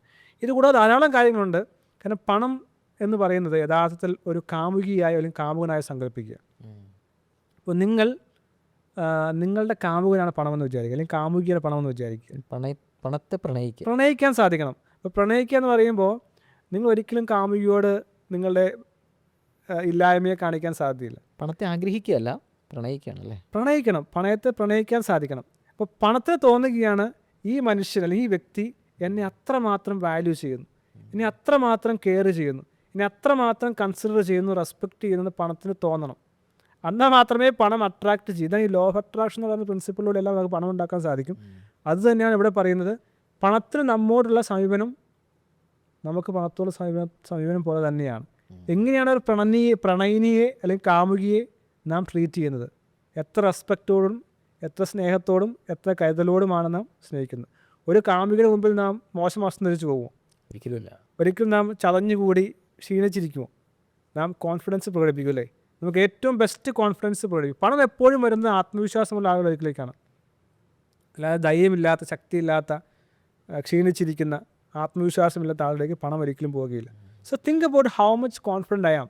എൻ്റെ കഴിവിലും എൻ്റെ ചിന്തയിലും എൻ്റെ ഫ്രണ്ട്ഷിപ്പിലും എല്ലാം എത്രമാത്രം ഞാൻ കോൺഫിഡൻ്റ് ആണ്. മൂന്നാമത്തെ കാര്യം, പണം ഓൾവേസ് അട്രാക്ട്സ് വിത്ത് സ്കിൽസ്. വെറുതെ ഇരുന്ന പണം കിട്ടില്ല. പണം ഉണ്ടാകാൻ നല്ല സ്കില്ലുകൾ വേണ്ടത് ആവശ്യമാണ്. അപ്പം അങ്ങനെ എത്രമാത്രം സ്കില്ല് എനിക്കുണ്ട്. പണം നോക്കുന്നത് ഈ ആളുടെ കയ്യിൽ പണം കിട്ടിയാൽ ഈ ആൾക്ക് ഈ പണത്തെ ഉപയോഗിച്ച് എന്തെങ്കിലും ചെയ്യാൻ സാധിക്കുമോ? ഇതെല്ലാം സൈക്കോളജിക്കൽ പെർസ്പെക്റ്റീവാണ്. ഇപ്പോൾ അതുകൊണ്ടാണ് ഈ പല ആളുകൾ ലോട്ടറി അടിച്ചിട്ട് ദരിദ്രരായി പോകുന്നത്. കുറേ പണം കിട്ടി, പക്ഷേ ദരിദ്രരായി പോയി. കാലത്തിനുള്ളിൽ പണം ഉപയോഗിക്കാനുള്ള സ്കില്ലുണ്ടായില്ല, മണി മാനേജ് ചെയ്യാനുള്ള ഐഡിയ ഉണ്ടായില്ല. ഒന്ന് എപ്പോഴും ചിന്തിക്കേണ്ടത്, ഒന്ന് സ്കില്ല് വളരെ പ്രധാനപ്പെട്ട, സ്കില്ലുള്ളിടത്തേക്കാണ് പണം പലപ്പോഴും എല്ലായ്പ്പോഴും തന്നെ വന്നു ചേരുന്നത്. ഇനി മൂന്നാമത്തെ കാര്യം, നാം ഒരാളെ ഇഷ്ടപ്പെടുമെന്ന് വിചാരിക്കുക. നാം എന്ത് ചെയ്യും? നാം അവരെ കൂടുതൽ മനസ്സിലാക്കാൻ ശ്രമിക്കും, കൂടുതൽ അറിയാൻ ശ്രമിക്കും, കൂടുതൽ സമയം ചെലവഴിക്കാൻ ശ്രമിക്കും. അതുപോലെ തന്നെ പണത്തെക്കുറിച്ച് കൂടുതൽ മനസ്സിലാക്കാൻ ശ്രമിക്കുക. പണം എങ്ങനെ പ്രവർത്തിക്കുന്നു, പണം എങ്ങനെ മൾട്ടിപ്ലൈ ചെയ്യാം, പണം എങ്ങനെ കോമ്പൗണ്ട് ചെയ്യാം, പണം എങ്ങനെ വലുതാക്കാം. ഈ പണവുമായി ബന്ധപ്പെട്ട് നമുക്ക് ധാരാളം ഇത്തരം തോട്ടുകൾ അല്ലെങ്കിൽ ഇത്തരം ഇൻട്രസ്റ്റ് നമുക്ക് ഉണ്ടാകേണ്ടത് ആവശ്യമാണ്. അപ്പോൾ പണം എന്ന് പറയുന്നത് തീർച്ചയായും ഒരു മൈൻഡ് സെറ്റ് തന്നെയാണ്. പണം എപ്പോഴും കോൺഫിഡൻസിനെ സ്നേഹിക്കുന്നു, അട്രാക്റ്റ് ചെയ്യുന്നു, സ്കില്ലിനെ അട്രാക്റ്റ് ചെയ്യുന്നു, പണത്തെ കൈകാര്യം ചെയ്യാൻ കഴിയുന്ന ആളുകളെ അട്രാക്റ്റ് ചെയ്യുന്നു, പണത്തോടെ ഗ്രാറ്റിറ്റ്യൂഡുള്ള ആളുകളെ അട്രാക്റ്റ് ചെയ്യുന്നു. അപ്പോൾ എപ്പോഴും നാം ചിന്തിക്കേണ്ട കാര്യം, പണവുമായി ബന്ധപ്പെട്ട എൻ്റെ ചിന്ത എന്താണ്, എൻ്റെ പെർസെപ്ഷൻ എന്താണ്, എൻ്റെ പെർസ്പെക്റ്റീവ് എന്താണ്, എൻ്റെ ആറ്റിറ്റ്യൂഡ് എന്താണ്. അത് പോസിറ്റീവാണെങ്കിൽ തീർച്ചയായും പണം ഉണ്ടാകാനുള്ള സാധ്യത വളരെ കൂടുതലാണ്. പണത്തെ വെറുക്കുകയും പണത്തെ കുറ്റം പറയുകയും, പല ആൾക്കാരും പറയും പണം എന്ന് പറയുന്നത് എനിക്കൊന്നും വേണ്ട കാര്യം. ചില ആൾക്കാർ പറയാറുണ്ട്, പണം ഉണ്ടായിട്ട് തന്നെ കാര്യം. അതെ, പണം ഉണ്ടായ സന്തോഷം ഉണ്ടാവില്ല. നമുക്ക് ഒത്തിരി ആൾക്കാരെ കാണുന്നുണ്ട്, പണം ഉണ്ടായിട്ട് ആത്മഹത്യ ചെയ്ത ആൾക്കാരെ കാണുന്നുണ്ട്. അതെ, അങ്ങനെ പറയുന്ന ആൾക്ക് ഒരിക്കലും പണക്കാരനാകരുത്. ശരിക്കും അയാൾ പറയുന്നതിന് കാരണം അദ്ദേഹത്തിന് നിസ്സഹായാവസ്ഥയാണ്. അദ്ദേഹം ദാരിദ്ര്യം പിടിച്ചെടുക്കുന്നത് അദ്ദേഹം പറയുകയാണ്, പണം കൊണ്ട് യാതൊരു നിരാശയിൽ നിന്നാണ് അല്ലേ. അപ്പം അങ്ങനെയുള്ള ഒരിക്കലും ധനികരാകിയില്ല. ഒരിക്കലും ആ ഒരു വാക്ക് നാം വിശ്വസിക്കുകയോ അത് കേൾക്കുകയോ അത് വകവയ്ക്കുകയോ ചെയ്യല്ല. ഈ സ്റ്റേറ്റ്മെൻറ്റ് പറയുന്നത്, ഇപ്പോൾ അംബാനി പറയുകയാണ്, അല്ലെങ്കിൽ ലോകത്തിലെ കോടീശ്വരൻ പറയുകയാണ് പണം കൊണ്ടൊരു കാര്യമില്ല എന്ന് പറഞ്ഞ് നമുക്ക് കേൾക്കാം. കാരണം അവൻ പണം കണ്ടിട്ട് വന്ന് പറഞ്ഞ ആളാണ്. പണമില്ലാതെ ദരിദ്രത്തിൽ കഴിയുന്ന ഒരാൾ പറയുകയാണ് പണം കൊണ്ട് അത് എക്സ്ക്യൂസ് മാത്രമാണ്, ഒളിച്ചോട്ടം മാത്രമാണ്. അദ്ദേഹം പണത്തെ വാല്യൂ ചെയ്യുന്നില്ല, പണത്തെ സ്നേഹിക്കുന്നില്ല, റെസ്പെക്റ്റ് ചെയ്യുന്നില്ല. ഒരിക്കലും പണം അങ്ങോട്ടേക്ക് വരികയില്ല. So always start with gratitude. പണത്തിനെ അങ്ങനെ സമീപിക്കുമ്പോഴാണ് നമുക്ക് തീർച്ചയായും പണം ഉണ്ടാകുന്നത്. തീർച്ചയായും പണം ഉണ്ടാകാൻ എല്ലാവർക്കും സാധിക്കും. ഇനിയും നമുക്ക് കാലഘട്ടം വളരും തോറും ഈ 80-20 എന്നുള്ള ആശയത്തിൽ നിന്ന് മാറി കുറേയധികം ആളുകളിലേക്ക് കുറേയധികം പണം വന്നു ചേരാൻ നമുക്ക് സാധിക്കുന്ന അവസ്ഥയിലേക്ക് ഈ മൈൻഡ് സെറ്റിലൂടെ നമുക്ക് മാറ്റുവാൻ സാധിക്കും. എവറിത്തിങ് കണക്ട്സ് വിത്ത് മൈൻഡ്. ഇതാണ് മനസ്സിലാക്കേണ്ടത്. നമ്മൾ പറഞ്ഞുകൊണ്ടിരിക്കുന്ന എല്ലാ വിഷയവും മൈൻഡ് പവറിനെ കുറിച്ച് പറഞ്ഞ വിഷയങ്ങളും, പണത്തെക്കുറിച്ച് പറഞ്ഞ വിഷയങ്ങളും, സ്കില്ലിനെക്കുറിച്ച് പറഞ്ഞ വിഷയങ്ങളും, പെർഫോമൻസിനെ കുറിച്ച് പറഞ്ഞ വിഷയങ്ങളും, രോഗങ്ങളെക്കുറിച്ച് പറഞ്ഞ വിഷയങ്ങളും എല്ലാം കണക്ട് ചെയ്തിരിക്കുന്നത് മൈൻഡ് സെറ്റാണ്. തീർച്ചയായും എല്ലാവർക്കും ധനികരാകാൻ സാധിക്കും. ഇനി ധാരാളം പുസ്തകങ്ങളുണ്ട് ഇതുമായി ബന്ധപ്പെട്ട്. Millionaire mindset, rich dad poor dad, richest man in Babylon, അല്ലെങ്കിൽ സൈക്കോളജി ഓഫ് മണി. ഇതിനകത്ത് എക്സെപ്ഷണൽ ആയിട്ടുള്ള പുസ്തകമാണ് psychology of money, Morgan Housel. അപ്പോൾ ആ പുസ്തകത്തിനകത്ത് അതിൽ മോർഗൻ ഹസലിൻ്റെയും ഒപ്പം തന്നെ ജോർജ് കാസറിൻ്റെ ഒക്കെ പുസ്തകങ്ങളുണ്ട്. ഈ രണ്ട് പുസ്തകങ്ങളിൽ മാത്രം പറയുന്നത് സാധാരണക്കാരും ധനികനാകാൻ സാധിക്കും എന്നുള്ളതാണ്. ഇപ്പോൾ മോർഗൻ ഹസൽ പറയുന്നതും റിച്ച് ഡാഡ് പൂർ ഡാഡ് പറയുന്നതും തിങ്ക് ആൻഡ് ഗ്രോ റിച്ച് പറയുന്നത് ഡിഫറെൻ്റ് ആയിട്ടുള്ള കാര്യമാണ്. ഇപ്പോൾ മോർഗൻ ഹസൽ പറയുന്നത് സാധാരണക്കാരന് പണക്കാരനാകാം. For example Warren Buffett, Ronald Reagan, ഇവരൊക്കെ പറയുന്നുണ്ട്. ഇവരൊക്കെ വളരെ ചെറുപ്പത്തിൽ തന്നെ വളരെ ചെറിയ ചെറിയ ഇൻവെസ്റ്റ്മെൻറ്റിലൂടെ പണക്കാരാക്കാനാണ്. അപ്പോൾ അതുകൊണ്ട് ഏത് സാധാരണക്കാരനും പണക്കാരനാകാൻ സാധിക്കും. ഇപ്പോൾ ദ മില്യണറി മൈൻഡ് സെറ്റിൻ്റെ പുസ്തകവും ഒപ്പം തന്നെ മോർഗൻ ഹസലിൻ്റെ പുസ്തകവും പറയുന്നത് ചെറിയ ഫ്രൂഗലായി തന്നെ ഉള്ള പണം കുറഞ്ഞ് ചിലവഴിച്ചുകൊണ്ട് ഒപ്പം കൂടുതൽ സേവ് ചെയ്തതിന് അങ്ങനെ പണക്കാരാകാമെന്നുള്ളതാണ് അവർ പറയുന്നത്. ആശയം റോബർട്ട് കിയോസാക്കിയും ഒപ്പം തന്നെ നെപ്പോളിയൻ ഹില്ലാണ് പറയുന്നത് കൂടുതൽ എങ്ങനെ സമ്പാദിക്കാം, കൂടുതൽ സമ്പാദിച്ചുകൊണ്ട് കൂടുതൽ ലക്ഷൂറിയസ് എങ്ങനെ ജീവിക്കാം. മറ്റൊരു പറയുന്നത് കുറഞ്ഞ് ചിലവാക്കിക്കൊണ്ട് കൂടുതൽ സേവ് ചെയ്ത് ജീവിക്കുക. മറ്റ് ഫിലോസഫി പറയുന്നത് കൂടുതൽ സമ്പാദിച്ച് എങ്ങനെ അധികം പണം ഉണ്ടാക്കിക്കൊണ്ട് അധികം സ്പെൻഡ് ചെയ്യുക. വേറെ പ്രധാനപ്പെട്ട കാര്യം കൂടി നാം മനസ്സിലാക്കേണ്ട കാര്യം, പണം എപ്പോഴും കൂടുതൽ വരുന്നത് ആർക്കാണെന്നറിയാമോ? ചില ആൾക്കാരുടെ പണം കിട്ടുന്നതെല്ലാം കൂട്ടി വയ്ക്കും. പണം എന്ന് പറയുന്നത് കയ്യിലിരിക്കേണ്ട ഒന്നല്ല, പണം സർക്കുലേറ്റ് ചെയ്യപ്പെടേണ്ട കാര്യമാണ്. ഇപ്പോൾ ഞാൻ ഒരു കാര്യം മേടിച്ച് എൻ്റെ കൈവശം വെക്കുകയാണെങ്കിൽ പണത്തിന് സത്യം പറഞ്ഞാൽ പണത്തിനത് ഇഷ്ടമല്ല. പണം എന്ന് പറയുന്നത്, ഇപ്പോൾ ഞാൻ എന്നെ ജോലിക്ക് എടുത്തു സ്ഥലത്ത്, ഞാൻ നാളെ തൊട്ട് പറയുകയാണ് നിങ്ങൾ അവിടെ ഇരുന്നോ, ഒരു ജോലി തന്നില്ലെങ്കിൽ ഇഷ്ടപ്പെടുമോ? ഇല്ല, നിങ്ങൾ നാളെ അവിടെ നിന്ന് ഇറങ്ങിപ്പോരും. സെയിം തന്നെയാണ് പണത്തിൻ്റെയും അവസ്ഥ. കുറേ പണം നിങ്ങൾക്ക് കിട്ടി, ചിലപ്പോൾ ഭാഗ്യവശാലോ നിർഭാഗ്യവശാലോ കുറേ പണം കിട്ടി. നിങ്ങളത് ബാങ്കിൽ പോയി FD ഇട്ട് വെച്ചുകൊണ്ടിരുന്നാൽ നിങ്ങൾക്ക് ഒരിക്കലും പണക്കാനാകാൻ സാധിക്കില്ല. ആ സമയം പണത്തെ എങ്ങനെ ക്രിയേറ്റീവായി സ്പെൻഡ് ചെയ്തുകൊണ്ട് കുറേ ആൾക്കൊക്കെ ജോലി കൊടുക്കുന്ന വഴിയോ അല്ലെങ്കിൽ ഈ പണം സർക്കുലർ എക്കോണമിയിലേക്ക് പോയി സർക്കുലേറ്റ് ചെയ്യുന്ന ഒരു പ്രോസസ്സ് കൂടി വളരെ ആവശ്യമാണ്. അപ്പോൾ നാം ആലോചിക്കും നമുക്ക് ചെറിയ കോർപ്പസ് ആയിരിക്കും ഉണ്ടാകാം, അല്ലെങ്കിൽ ക്യാപിറ്റലായിരിക്കും ഉണ്ടാകാം, മൂലധനഭാഗം ഉണ്ടാകാം. അതിനെ എങ്ങനെ വിദഗ്ധമായി പ്ലാൻ ചെയ്തുകൊണ്ട് യൂട്ടിലൈസ് ചെയ്തുകൊണ്ട് ആ പണത്തെ ഉപയോഗിക്കാൻ സാധിക്കും. അത് ഞാൻ പറഞ്ഞത്, പണം എന്ന് പറയുന്നത്, പണത്തെ സ്നേഹിക്കുന്ന ആൾ പണത്തെക്കുറിച്ച് കൂടുതൽ മനസ്സിലാക്കും, പണം എങ്ങനെയാണ് വർക്ക് ചെയ്യുന്നതെന്ന് മനസ്സിലാക്കും. അവിടെയാണ് റോബർട്ട് കിയോസാക്കിയൊക്കെ പറയുന്നത് പണത്തെ നിങ്ങൾക്ക് അടിമയാക്കാം, അല്ലെങ്കിൽ നിങ്ങൾക്ക് പണത്തിൻ്റെ അടിമയാകാം. പണം കൊണ്ട് പണം ഉണ്ടാക്കാൻ കഴിയുന്ന ആളാണ് യഥാർത്ഥത്തിൽ ധനികൻ എന്ന് പറയുന്നത്. പക്ഷേ മനുഷ്യരെല്ലാവരും ജീവിക്കുന്നത് എന്തിനു വേണ്ടിയാണ്? പണം ഉണ്ടാക്കാൻ വേണ്ടി മനുഷ്യൻ ജീവിക്കുകയാണ്. പക്ഷേ പണത്തെ കൊണ്ട് ജീവിക്കാൻ സാധിക്കണം. പണത്തെ കൊണ്ട് പണിയെടുപ്പിച്ചുകൊണ്ട്, അതാണ് ഇൻവെസ്റ്റേഴ്സ് എല്ലാം ചെയ്യുന്നത്, ബിസിനസ് ആളുകൾ ചെയ്യുന്നത്. പണം ഇൻവെസ്റ്റ് ചെയ്യുന്നു, അവർ ആ പണത്തെ കൊണ്ട് വർക്ക് ചെയ്യുന്നു. അപ്പോൾ അതിനകത്ത് വളരെ ഫേമസ് ആയിട്ടുള്ള ഒരു ചിന്തയാണ്, if you are not able to make money while you are sleeping you will work till you die എന്ന് പറയും. നിങ്ങൾ ഉറങ്ങുമ്പോൾ നിങ്ങൾക്ക് പണം ഉണ്ടാക്കാൻ സാധിക്കുന്നില്ലെങ്കിൽ നിങ്ങൾ മരിക്കുന്നവരെ പണിയെടുക്കേണ്ടി വരും. അപ്പോൾ നാം ഉറങ്ങുമ്പോഴും എൻ്റെ പണം പ്രവർത്തിച്ചുകൊണ്ട് പണം ഉണ്ടാകുന്നുണ്ടോ? ഇപ്പോൾ പല ബിസിനസ്സിലും അങ്ങനെയാണല്ലോ. പ്രൊഡക്റ്റ് ഉണ്ടാക്കി ഓൺലൈൻ പ്ലാറ്റ്ഫോമിലേക്ക് പോയി അത് പണമായി മാറുകയാണ്. ഈ ഓണർ ഉറങ്ങുമ്പോഴും ആ പണം ഉണ്ടായിക്കൊണ്ടിരിക്കുകയാണ്. അത് ആരും സബ്സ്ക്രൈബ് ചെയ്യുന്നു, അതല്ലെങ്കിൽ ആ പ്രൊഡക്റ്റ് മേടിക്കുന്നു, അത് സർക്കുലേറ്റ് ചെയ്യപ്പെട്ടുകൊണ്ടിരിക്കുകയാണ്. അപ്പോൾ അതിന് പറയാണ്, ഇപ്പോൾ എനിക്ക് ബിൽ ഗേറ്റ്സോ ആരോ പറഞ്ഞൊരു പ്രധാനപ്പെട്ട ഒരു പ്രയോഗമാണ്, if you born as poor that is not your problem, but if you die as poor that is your problem.